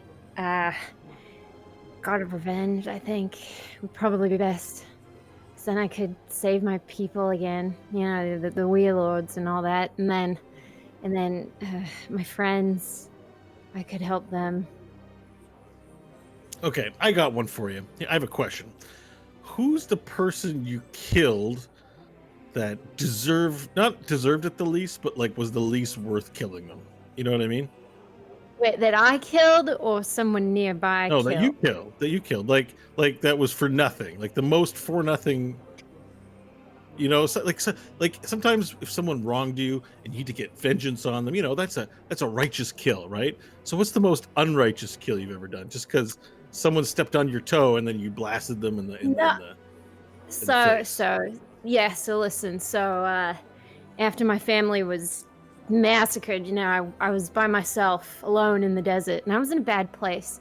There was a camp of people, and I killed them all. Well, what'd they do to you? That I was just mad. You know how I know, human and all that. You get yeah, a little yeah, more angry yes. than others. Yeah. I mean, sometimes temper just gets the better of you. There was one time that I was in talks with this village, right? This village that lived, if you can imagine it, on clouds in the sky. And they were having a real problem with erosion.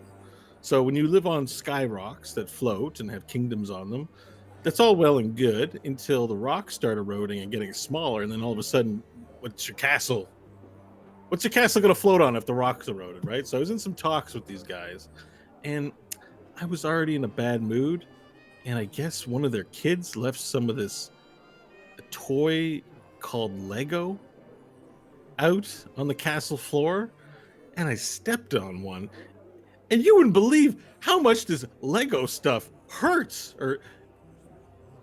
Anyways, I destroyed their whole kingdom. Rather than hear them mewling again about how it was hard to live in a kingdom on space rocks, I just summoned comets down and blew up the whole place, They're And- ungrateful. But I have a little regret. They didn't deserve that. It was clearly me at a bad day, Well, we always try to be a bit better every day. That's true. We always got to work on things, and that's what I'm about. Just so you know what I'm about. I have a lot of resources at my disposal to help a lot of people. And that's what I like to think of my job is that I help beings, not just people, but beings of all races and beings of all makes of creation. That's what I do. So as evil as we can get, somewhere deep down, we're here to set the world right, because people that are good take too long. They try to consider too many things. They're really ineffective. They And lie. actually, and They they don't lie give too. you Well, they're the whole hypocrites. truth. See, everybody lies, but the goody two shoes, when they lie, they don't admit that they're lying. He said it was a fist. They didn't say there was a hand in there that would talk to you. I gotta ask, and I might have asked this already, and we've been drinking a bit, so forgive me if I've asked this question already. But why did you cut off your hand? It's not like you were searching for this thing for centuries and finally found it, and you learned what it was, and within the span of 5 minutes, your hand was off. I respect it. Don't get me wrong. For most of the mortals I know are pretty big wusses, and they don't lop off their hands really easily. Just don't meet a lot of mortals who do that so quickly. I'm impressed.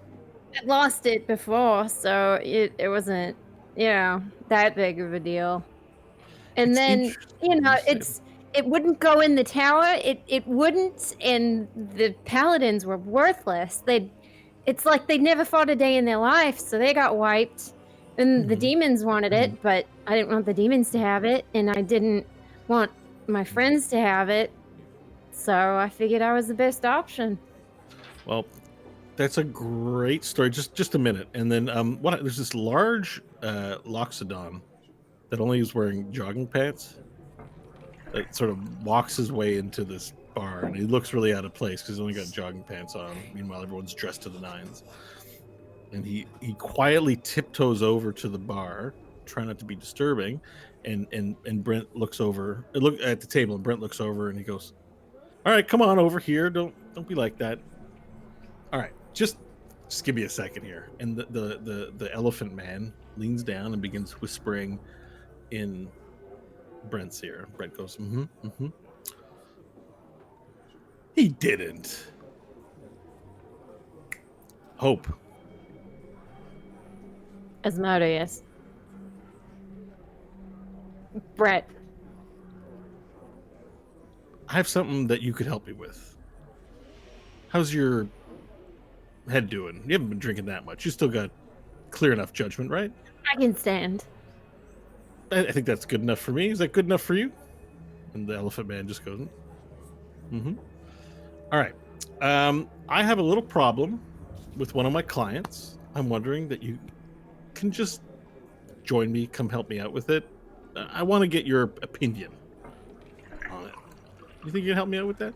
I think it's the least I could do, considering this All right. grand Come on, bring a invitation. drink. Bring a drink. Yeah. All right. And Brett gets up and he smoothly just sort of walks towards the entrance of this bar. He dancing around people who might get in his way. He just sort of twirls and continues walking. And then you end up in a hallway outside of this bar. There's a little sign there, and he goes, it's this way. And he begins walking down a series of halls to an elevator bay. And then he pushes the down button on the elevator. And after a few moments, there's a bing, and these elevator doors open. And he steps in, and he holds the door for you to step in. Come on I'll in. wobble in. All right. And as you wobble in, you see that their elevator has a large column of buttons. They're maybe about 200. And he floats his finger and clicks one. The door's closed. Ding. The one he clicks says 742. And some silence occurs as the elevator begins descending. I think you're really going to be able to help me with this. Sorry for the interruption of our good evening, but I can't wait. And after a few moments of silence, the elevator stops and it goes ding. And there's this long hallway with passages moving left and right, but it's a hotel decor, so it just looks like wallpaper and doors and plants and dim lighting and really bad carpet. And he begins walking down the hallway and he turns right and then he turns left, and you guys are walking for 5 more minutes, and finally he stops at a door and he goes, aha, this one here. He reaches into his pocket and he's got this like giant key ring, and he flips through the key ring. He finds a key. He puts the key in, opens it. The door swings open, and you see this massive orgy of different mortals in there. There's about 100 people, and he goes, whoop, whoop, whoop, and he closes the door. He takes the key out, and then he, if you want to join in that later, just let me know. They'll be going for 5 more hours at least, I think. Flips up, finds another key, and he puts the key back in. He opens it up, and the door opens, and the room appears to be a kitchen walk-in cooler. There's racked meat, like sides of pork, like cut in half so you can see all the insides, but they're frozen, and slabs of meat everywhere. Stainless steel tables, saw, like a table saw for cutting meat. And he goes, as you can see his breath, and he goes, ooh, this is the one. And then he walks in. He's like, come on, Hope. He begins pushing aside. The door closes behind you. As he moves through, he begins pushing aside meat. And you hear this sort of you hear this thud of like something soft against something soft, just like. And then as you get closer, you hear and it's clearly the sound of someone getting punched. And finally, Brett moves aside the last row of hanging meat slabs, and you see tied to a chair is a goblin. And that there are these 2 massive, you're not even sure what race of being they are. There's these massive muscle beings that are like green, purpley colored, and they're wearing turtlenecks and they have really big torsos and very small amount of leg span. And they're wearing these slacks with belts, and they have turtlenecks on, and their sleeves are rolled up to show their muscles on the turtlenecks. And Brett looks around and he's like, whoa, whoa, whoa, whoa, whoa, whoa, whoa, whoa. Take it easy now. Take it easy. He kneels before the goblin, and the goblin's got a gag in his mouth, and he releases the gag, and he goes, Pumpo, this isn't a good look for you. Pumpo goes, no, not good luck. Make face owie. Big mans do. Well, I'm sorry about that, but seems you owe us something, and we didn't receive it. So I'm sorry about all the punching. I didn't mean for there to be, and he looks to you up. I didn't mean for there to be any physical violence here. But we didn't receive our what we're supposed to get. And Pumpo, the goblin, looks. And he goes, "Sorry, no deliver." And Brent gets up and he goes, "No deliver." This guy, no deliver. What does that mean? No deliver. Mean no deliver. Can't deliver. No deliver. Well, that's going to be a problem, Pumpo. Now, Hope, just for your benefit, to give you some context before you go jumping, because I want you to have all the information, because I'm interested to hear how you would handle this. But Pumpo here, he's a goblin, and goblins are everywhere throughout creation. There's always a goblin in need somewhere. And anyways, this goblin, he found a way to reach out to me, contact me, seek out aid from hell, basically. And they have this problem on his world, which is Dorgorth 7. On his world, well, there's not a lot of food, and the environment's very hostile. It's very difficult to grow food. So Pumpo here asked me, he said, "Hey, Brett, is there anything you could do?" And we said, "Yeah, we can get you food. Every year, once every year, we drop off a large supply of dried meats, stuff you can even see here now, to feed the goblins of his village. But nothing's free. We entered into a deal. So when we drop off that food, he's got to do one little thing. Isn't that right, Pumpo?" "Yes, Pumpo." "He's got to give to me the strongest goblin in his village for me to do with what he wants." Pretty simple exchange. We give him a year's supply of food for his whole village, a population of thousands, for 1 year. And all he has to do is give me his strongest warrior. But we didn't get payment this year, Pumpo. And I'm a little bit concerned. Now, listen, Hope, if someone doesn't live up to their end of the bargain, I've got to do what I've got to do. But I'm wondering here if there's something I'm missing, perhaps, to resolve this issue before.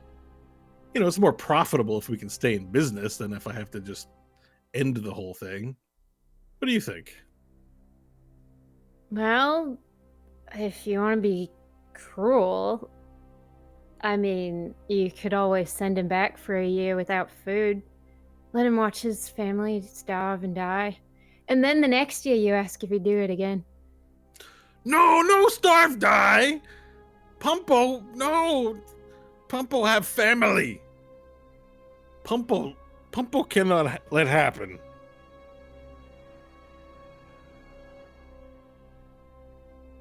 Brett looks to you and says, and then looks to Pumpo and he says, "Looks like my friend here thinks that we shouldn't give you any sympathy. Should let you go back and reap what you sow, and we'll take back our food. Let you think about it for a year." No salvo problemo of Pumpo.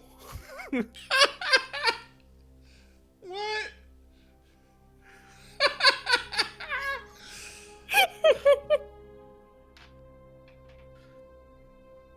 So let me get this right, Pumpo. Are you saying we send you back, you watch everyone die, and we're still gonna have this problem same time next year? Yes! Hope. What do you think of that? What do you make of that? What do you make of this? And clearly I'm missing something here.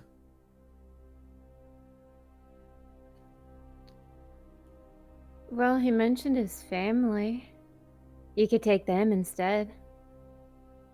That wasn't our deal. I want the strong ones. I have no use for weak goblins.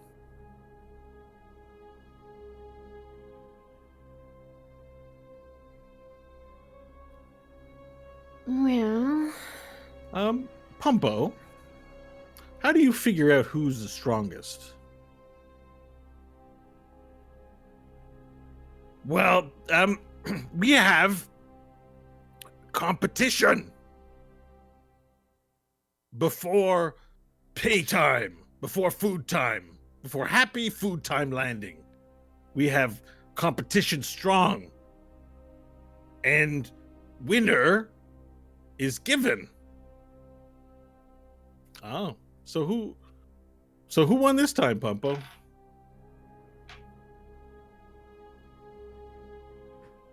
None of business, he says. As Brett looks to you, Hope, and says, "See what I got to work with?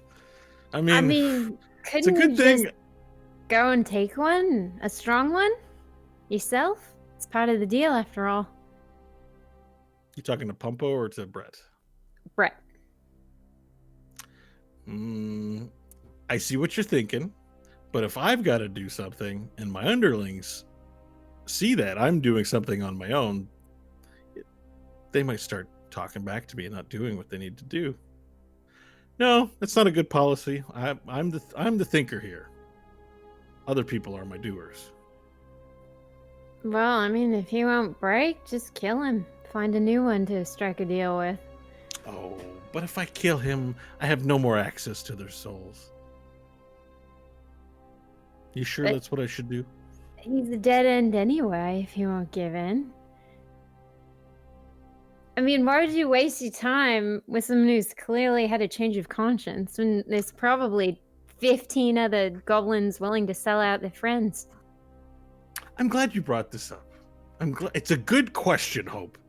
And I'm glad we're having this conversation now so that you can know what kind of person I am. Which is, I don't always, whenever I feel like I want to murder somebody, I don't always do that. Because most of the time, there's a non-murder way to get to an amicable solution that everyone profits from. And I see the look on your face. Not your thing. But you have to understand it's my thing. And we're getting to know each other. So, without resorting to absolute violence, what can I do here to get my warrior?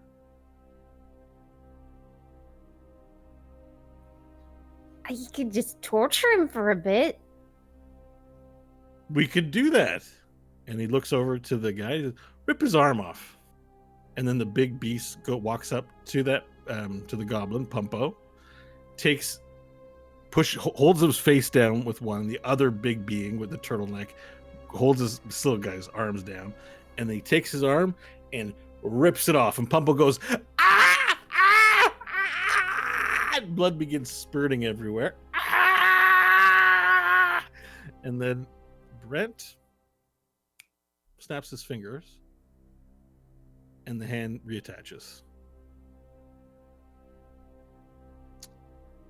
I bet that didn't feel good. And he says it, he looks at you, but he's sort of saying it with his face at Pumpo. I bet that felt awful. I bet you wouldn't want to feel that again, would he? I don't know. Let's see. Okay, Pumpo talk! Pumpo talk! Pumpo no make pay this year, cause Pumpo is strongest goblin.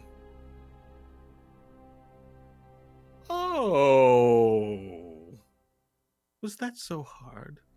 Pumpo no wanna die! Pumpo no wanna die! You take Pumpo. Pumpo try be good, but not that good. No die for village. Oh,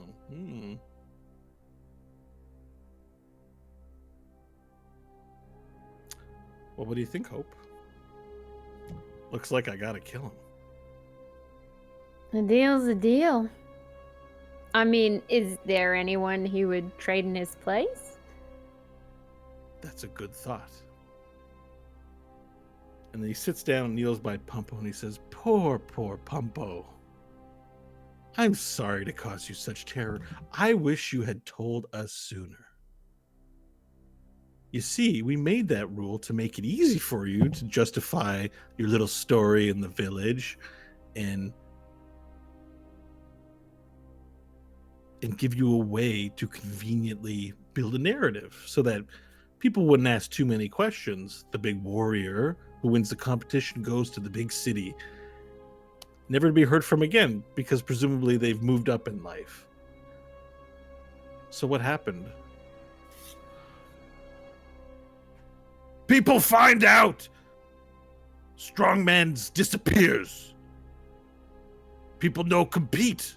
Only 3 competitors. Pumpo win. Well, we can't have that. But let me tell you this, Pumpo. I'm not the kind of guy to turn my back on a business associate. And then he snaps his fingers again, and Pumpo, who's a goblin and looks misshapen and probably not that strong, his body begins to wither and grow weaker. What happened to Pumpo? What happened to Pumpo? And he becomes this shriveled, very weak, very flaccid goblin. What happened to Pumpo? We solved your problem. Hope, you think that's a good solution?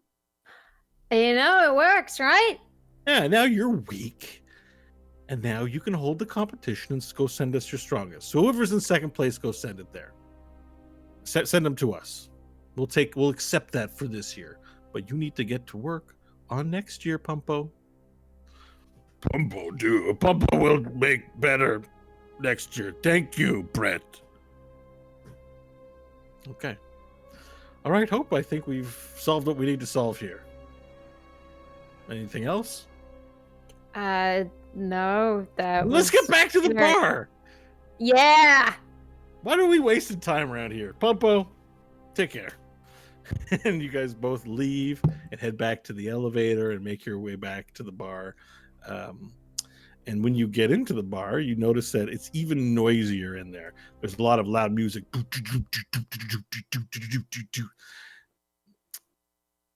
And Brett stops and he says, yes, it's getting a bit late. It's going to turn into a dance place soon. Maybe you and I could take it somewhere a little more private, intimate, that we can talk. I've got some things to show you. As long as I still get some more drinks. Of course. Follow me down this way. And he walks down another hall. And he takes out a set of keys, opens a door, opens it up, and then there's this lounge. And there's you see just sort of off to the right, there's someone playing piano.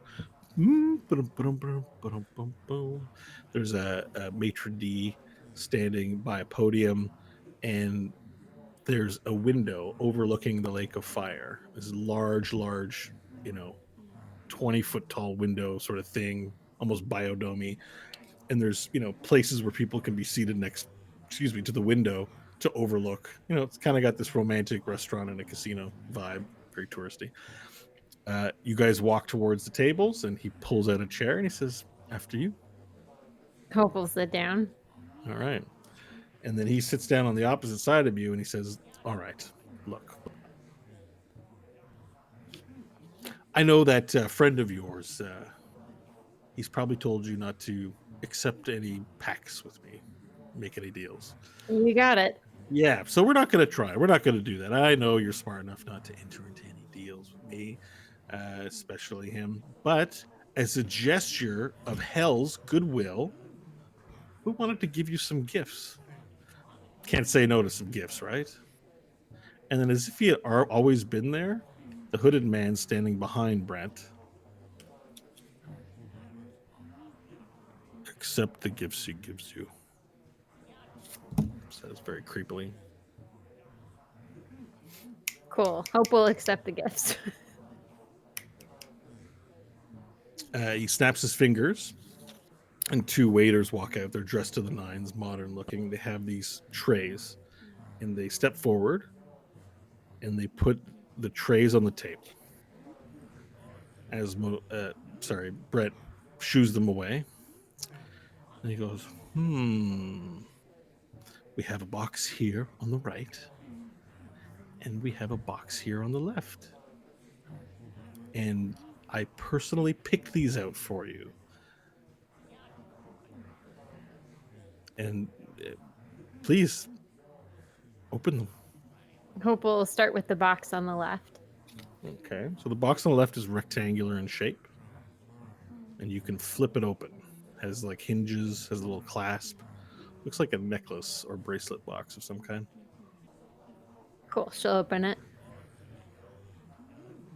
All right, you open the box, and in it is a necklace. It's made of gold, and it has a gem. It's less of a necklace and almost more of a choker. It's made of gold, and it has a gem where it clasps together. It's blue, crystal clear blue, smoky gem. Well, it can't be smoky and clear. It's a clear blue and white gem, I mean. What's this? This is a very special piece. Go ahead and try it on. Jewelry's a girl's best friend, right? Hope we'll try it on. Okay, so you bring it over your neck, you close the clasp. Almost magically, it clasps itself. And you feel that you have newfound power immediately at your control. But you're not quite sure what it is. And Brett leans back and smiles at you and goes, much better. What do you mean? I mean, if you didn't, say, have that hand attached, I mean, I know I think I'd probably invite you out for a ride on my airship, go all the way around the Lake of Fire. Much better. Hope we'll look down at her hands. You look down at your hands and you notice you can't see where your hand was. You don't see any scarring. You can't see where your hand is normal again. You look like you have two normal hands. And you also don't look malformed or malshapen. They look like your old hands. Nice. Well, thank you. I was He very snaps- unhappy. He snaps over to one of the waiters. Come over here. And then the waiter comes over and he says, show her. And then the waiter takes his hand and a mirror appears in his hands. Whoosh, for you to be able to see yourself. And you see the choker around your neck. And you see that you look even better than you used to do. Whatever, I'm not going to be specific about how that describes, but you look like you, but the best version of you you've ever seen. Youthful, no scarring, things like that. That Awesome. necklace there are people out there that are going to take one look at you and judge a book by its cover, right? They're going to see your demon teeth and all the disfigurings. They're going to judge you, man. People are judgmental. So when you put this necklace on, you can make yourself appear however you want. That's why they call it the necklace of infinite appearances. Can I change my appearance while I'm wearing the necklace? Mm-hmm. You don't want to do it in front of people. They'll know. But yes, it's possible to change your appearance. Hope we'll give it a try, and she'll think of a bird. She wants to see just how far this illusion can go, like a crow. Okay. And looking in the mirror, you see that your body morphs immediately into a kenku. Cool. And then she'll reimagine her original appearance.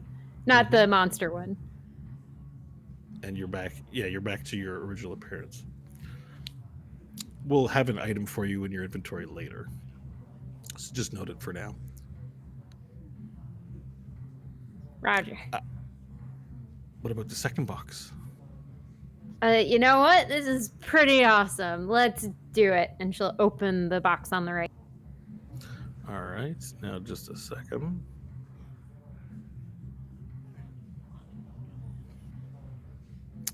All right, so you open the box, and as you open this box, it's almost like there's a vacuum inside of it. You click it open, but it wants to be held shut, so you just kind of like force it open.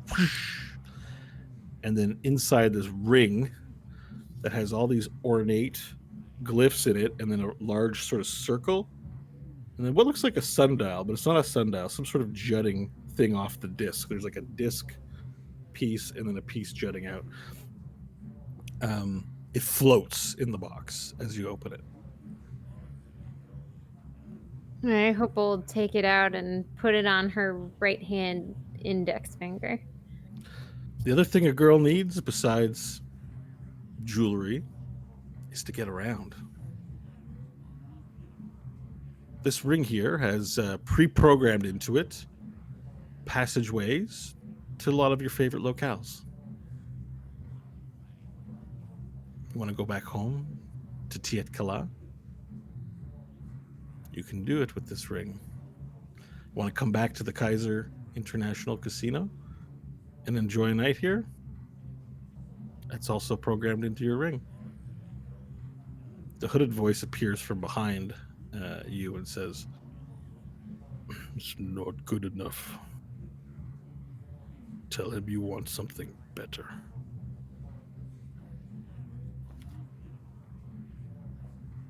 Hope So what we'll do you think? take off the ring and put it back in the box.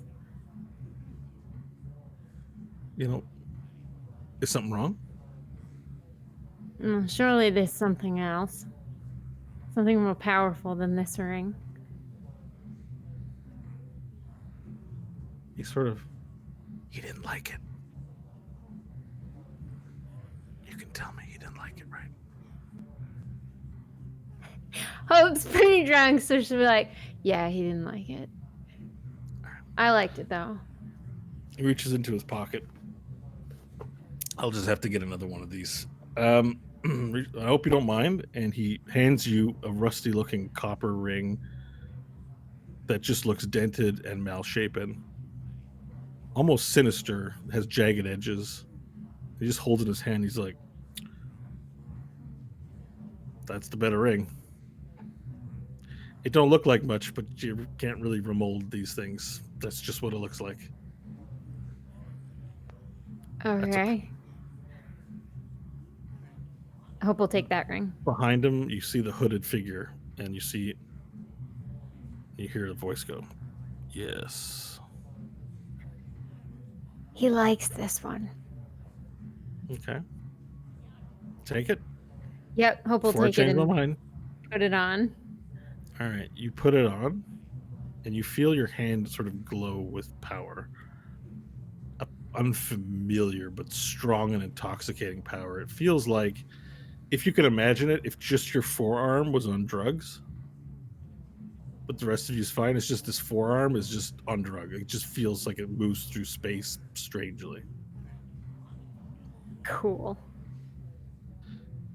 Well, you can pretty much go anywhere. Oh, why am I doing that, boys? Now with that ring, you can pretty much go anywhere, babe. Oh, yeah?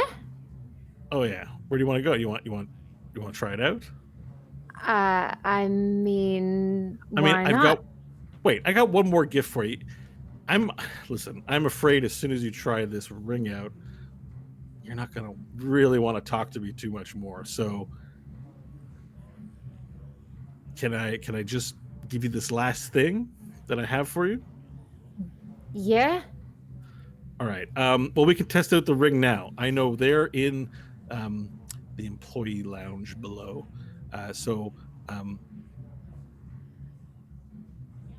You don't know what that looks like. Okay, so you have to be able to picture it. So here you go. And Brett snaps both of his fingers and makes this illusory image in the sky of this employee lounge. And it looks sort of bare. There's employees like maitre d's, things like that, sipping coffee, eating, on break from the casino. All right, now use that ring and think about being there. That's the employee lounge at the Kaiser Casino, yeah? Okay. And take my hand. Reaches out his hand. It's sweaty and hot. Really sweaty. She'll take his hand and kind of give him a what? Kind of a look with the sweaty hand, and then think of the employee lounge that she sees. Okay, and you think of the employee lounge, and as you do, you dematerialize out of existence and appear in the lounge. And everyone sort of stops eating, seeing the big boss in the employee lounge, and they kind of look, everyone's frozen with fear.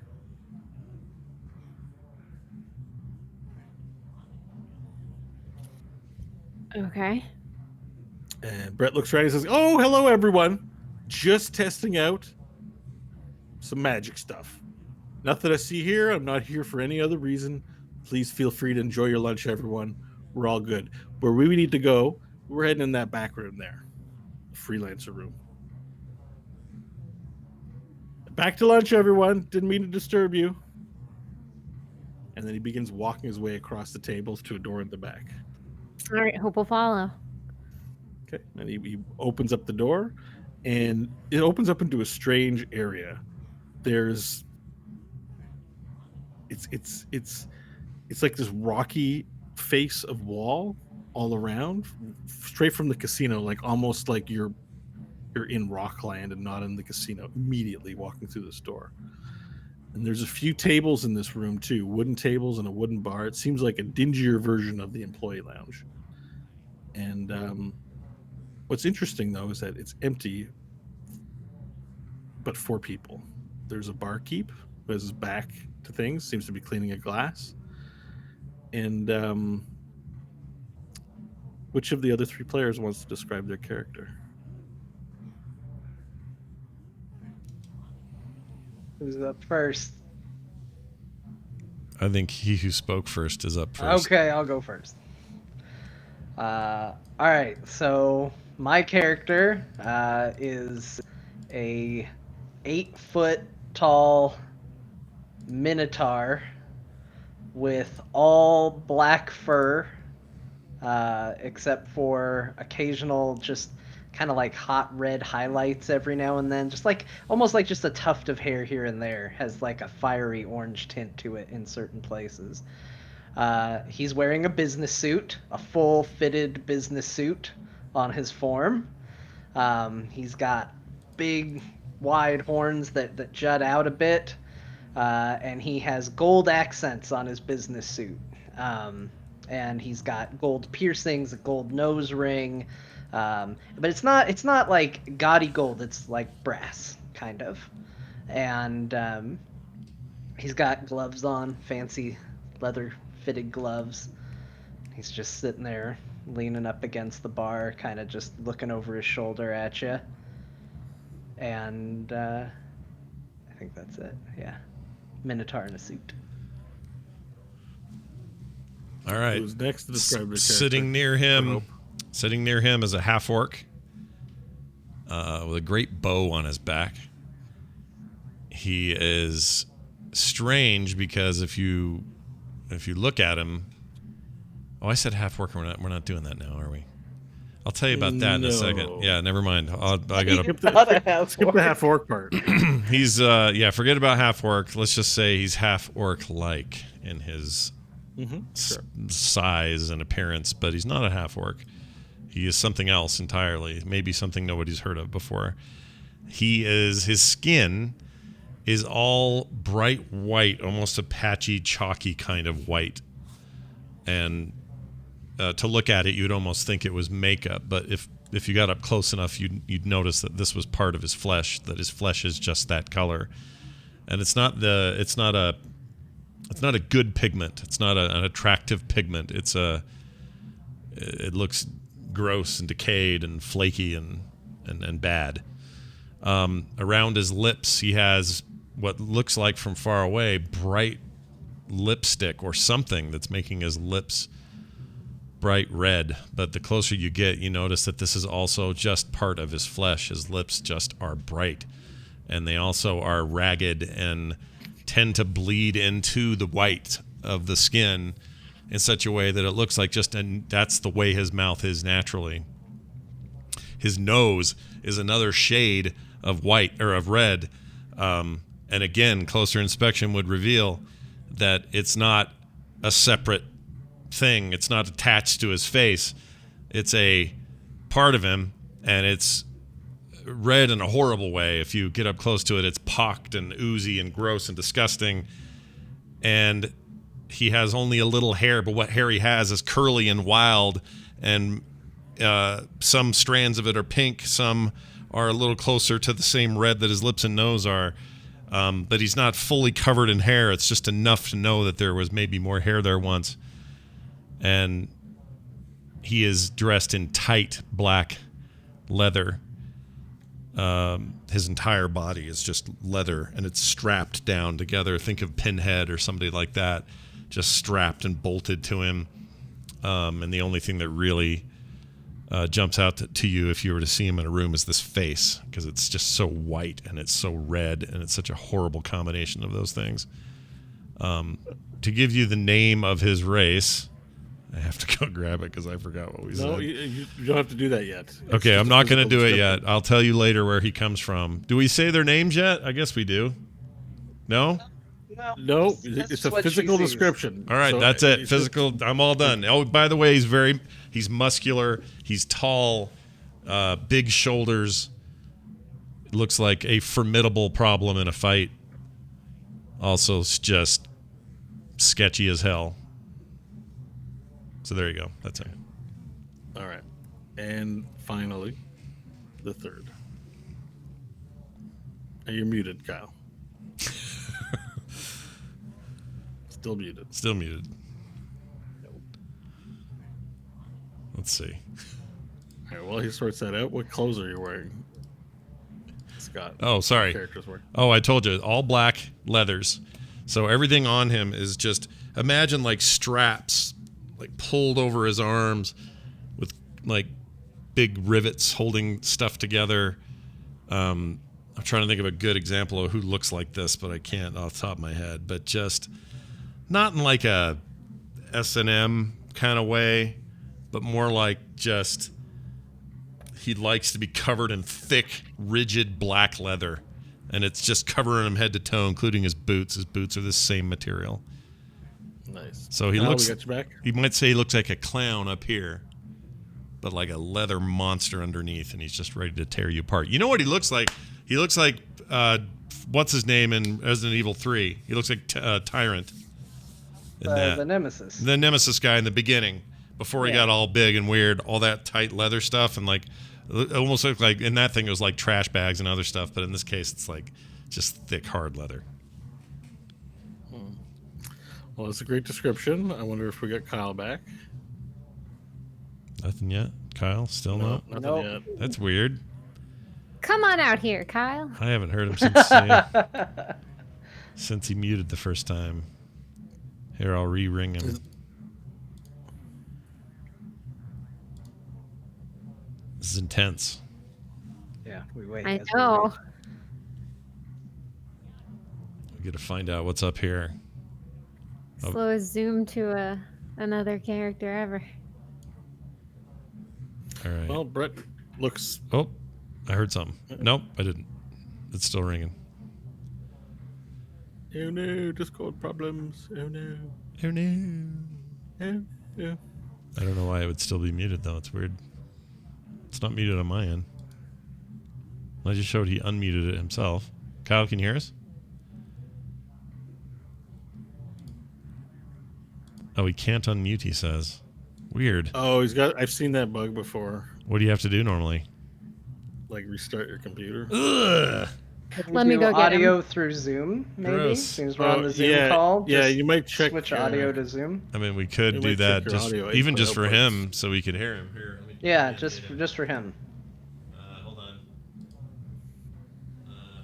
Discord problems. How do I do it? Hold on. Don't go anywhere. We got this. Oh. Oh, that's the wrong. Hold on. So Unmute. Here I we saw go. him unmuting in Zoom. So let's see. Is this gonna go? All right, Kyle, I've unmuted you in Zoom. Oh, Oh, there's I hear him in Zoom now. And That was perfect. well, we can definitely hear him. Kyle, say something so I can hear your voice. No. Can't hear that. We Guys, heard mute. Flynn and then nothing. Then nothing. Maybe it's the microphone. Maybe the microphone's no longer being recognized.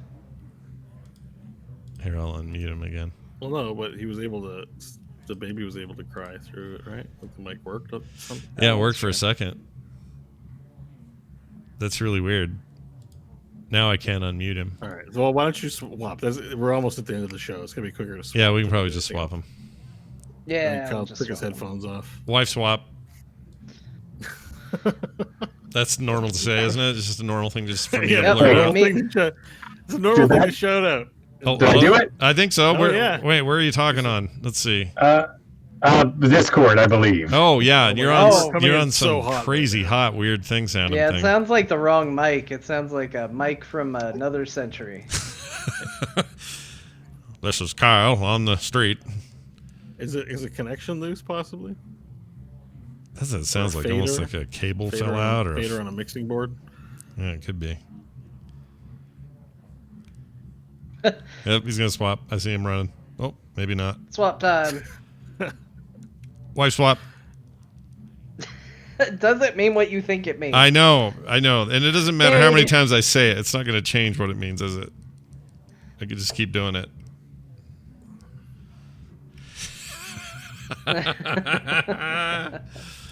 Here, I'm gonna pause the audio version. It's just There that it is. Kristen leaving kind of sucks because it's for her benefit that we're on in its own weird way. no a little bit. We're doing it a little bit later, Oh, I see what you're saying. All right, not much longer. So just let me know when you're ready to. you're go. good to go. We're recording. You're good. Okay, so that was the description of Scott's character. There's also another strange-looking arachnid humanoid being wearing a doctor's coat and is sitting by himself and muttering something strange to himself, maybe not even paying that much attention to what's going on. You see these three beings, and Brett looks at you and says, "My final gift. Henchman, I noticed that you didn't bring any of your friends with you. And I think we covered why that was. You gave me your reasons. At the end of the day, they probably weren't cut out for this life and to walk down this path. So, but I figured you're still used to having, what's a ruler without generals and henchmen? So these are three of the best that I'm not otherwise using in other campaigns. And we're just going to get this out of the way. They are being paid by me, in the manner of speaking. So they will be my eyes and ears. Just want to get that unpleasantness out of the way before it comes up as a surprise later. Like, why did you tell Uncle Brett about all this information that was only for us? They work for me, but we're working together. So really, this one, your name, this one is Mysterious Business. That's the Minotaur here. This one here is Blood Skunk Hendrickson. And this strange little fellow that you see here is Dr. Spider. Now, you'll have time to get to know each other a little bit later, but I imagine you right about now might want to use that ring. And then behind Brett, the hooded voice appears and begins speaking. The ring you have there will take you anywhere in the cosmos. Let us return to your kingdom and see what I have to work with.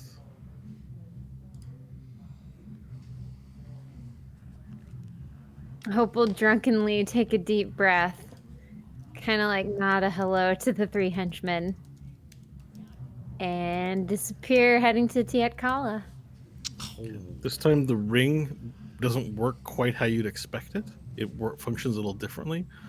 And this is just the DM sorting out what the different features will be here. I don't have the item for you yet. But as you think about Tiet Kala, a large gate appears in front of you with a cloud of purple and blue mist. This gate with skulls all around it.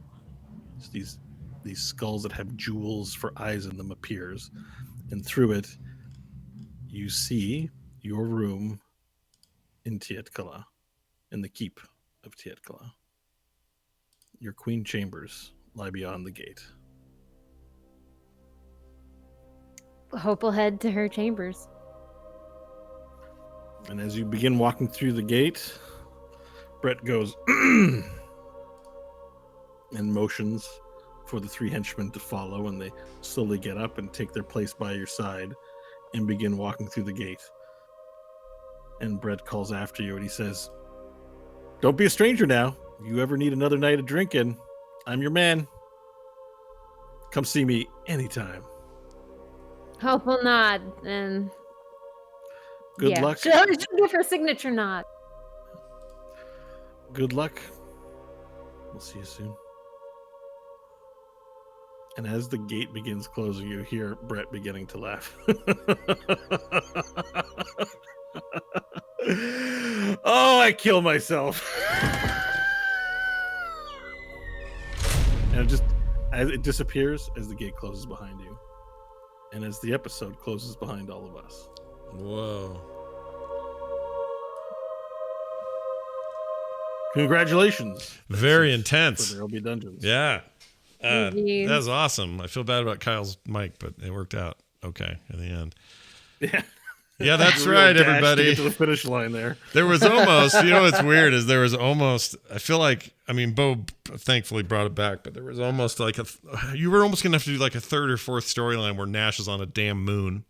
I would have felt really bad about that. I would have felt really bad. It. I know, but think about what I was actually asking you to do if we'd have made it up there.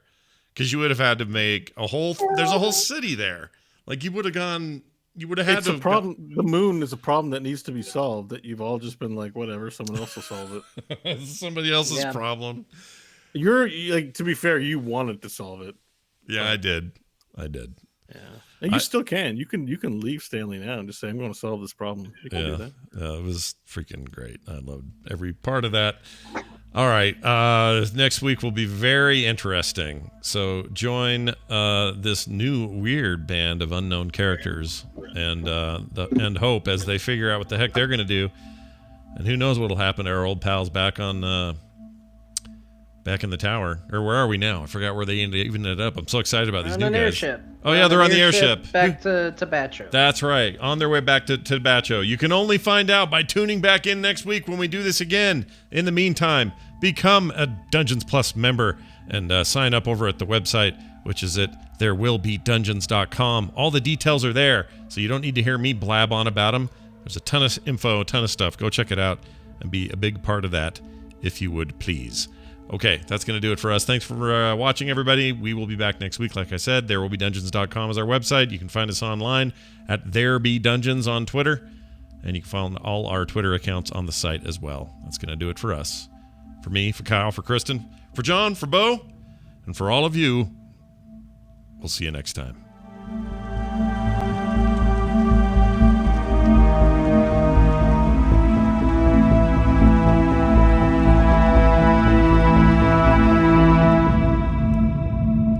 This show is part of the Frog Pants Network. Get more shows like this at frogpants.com. Well done, everyone. Well done. Good. Well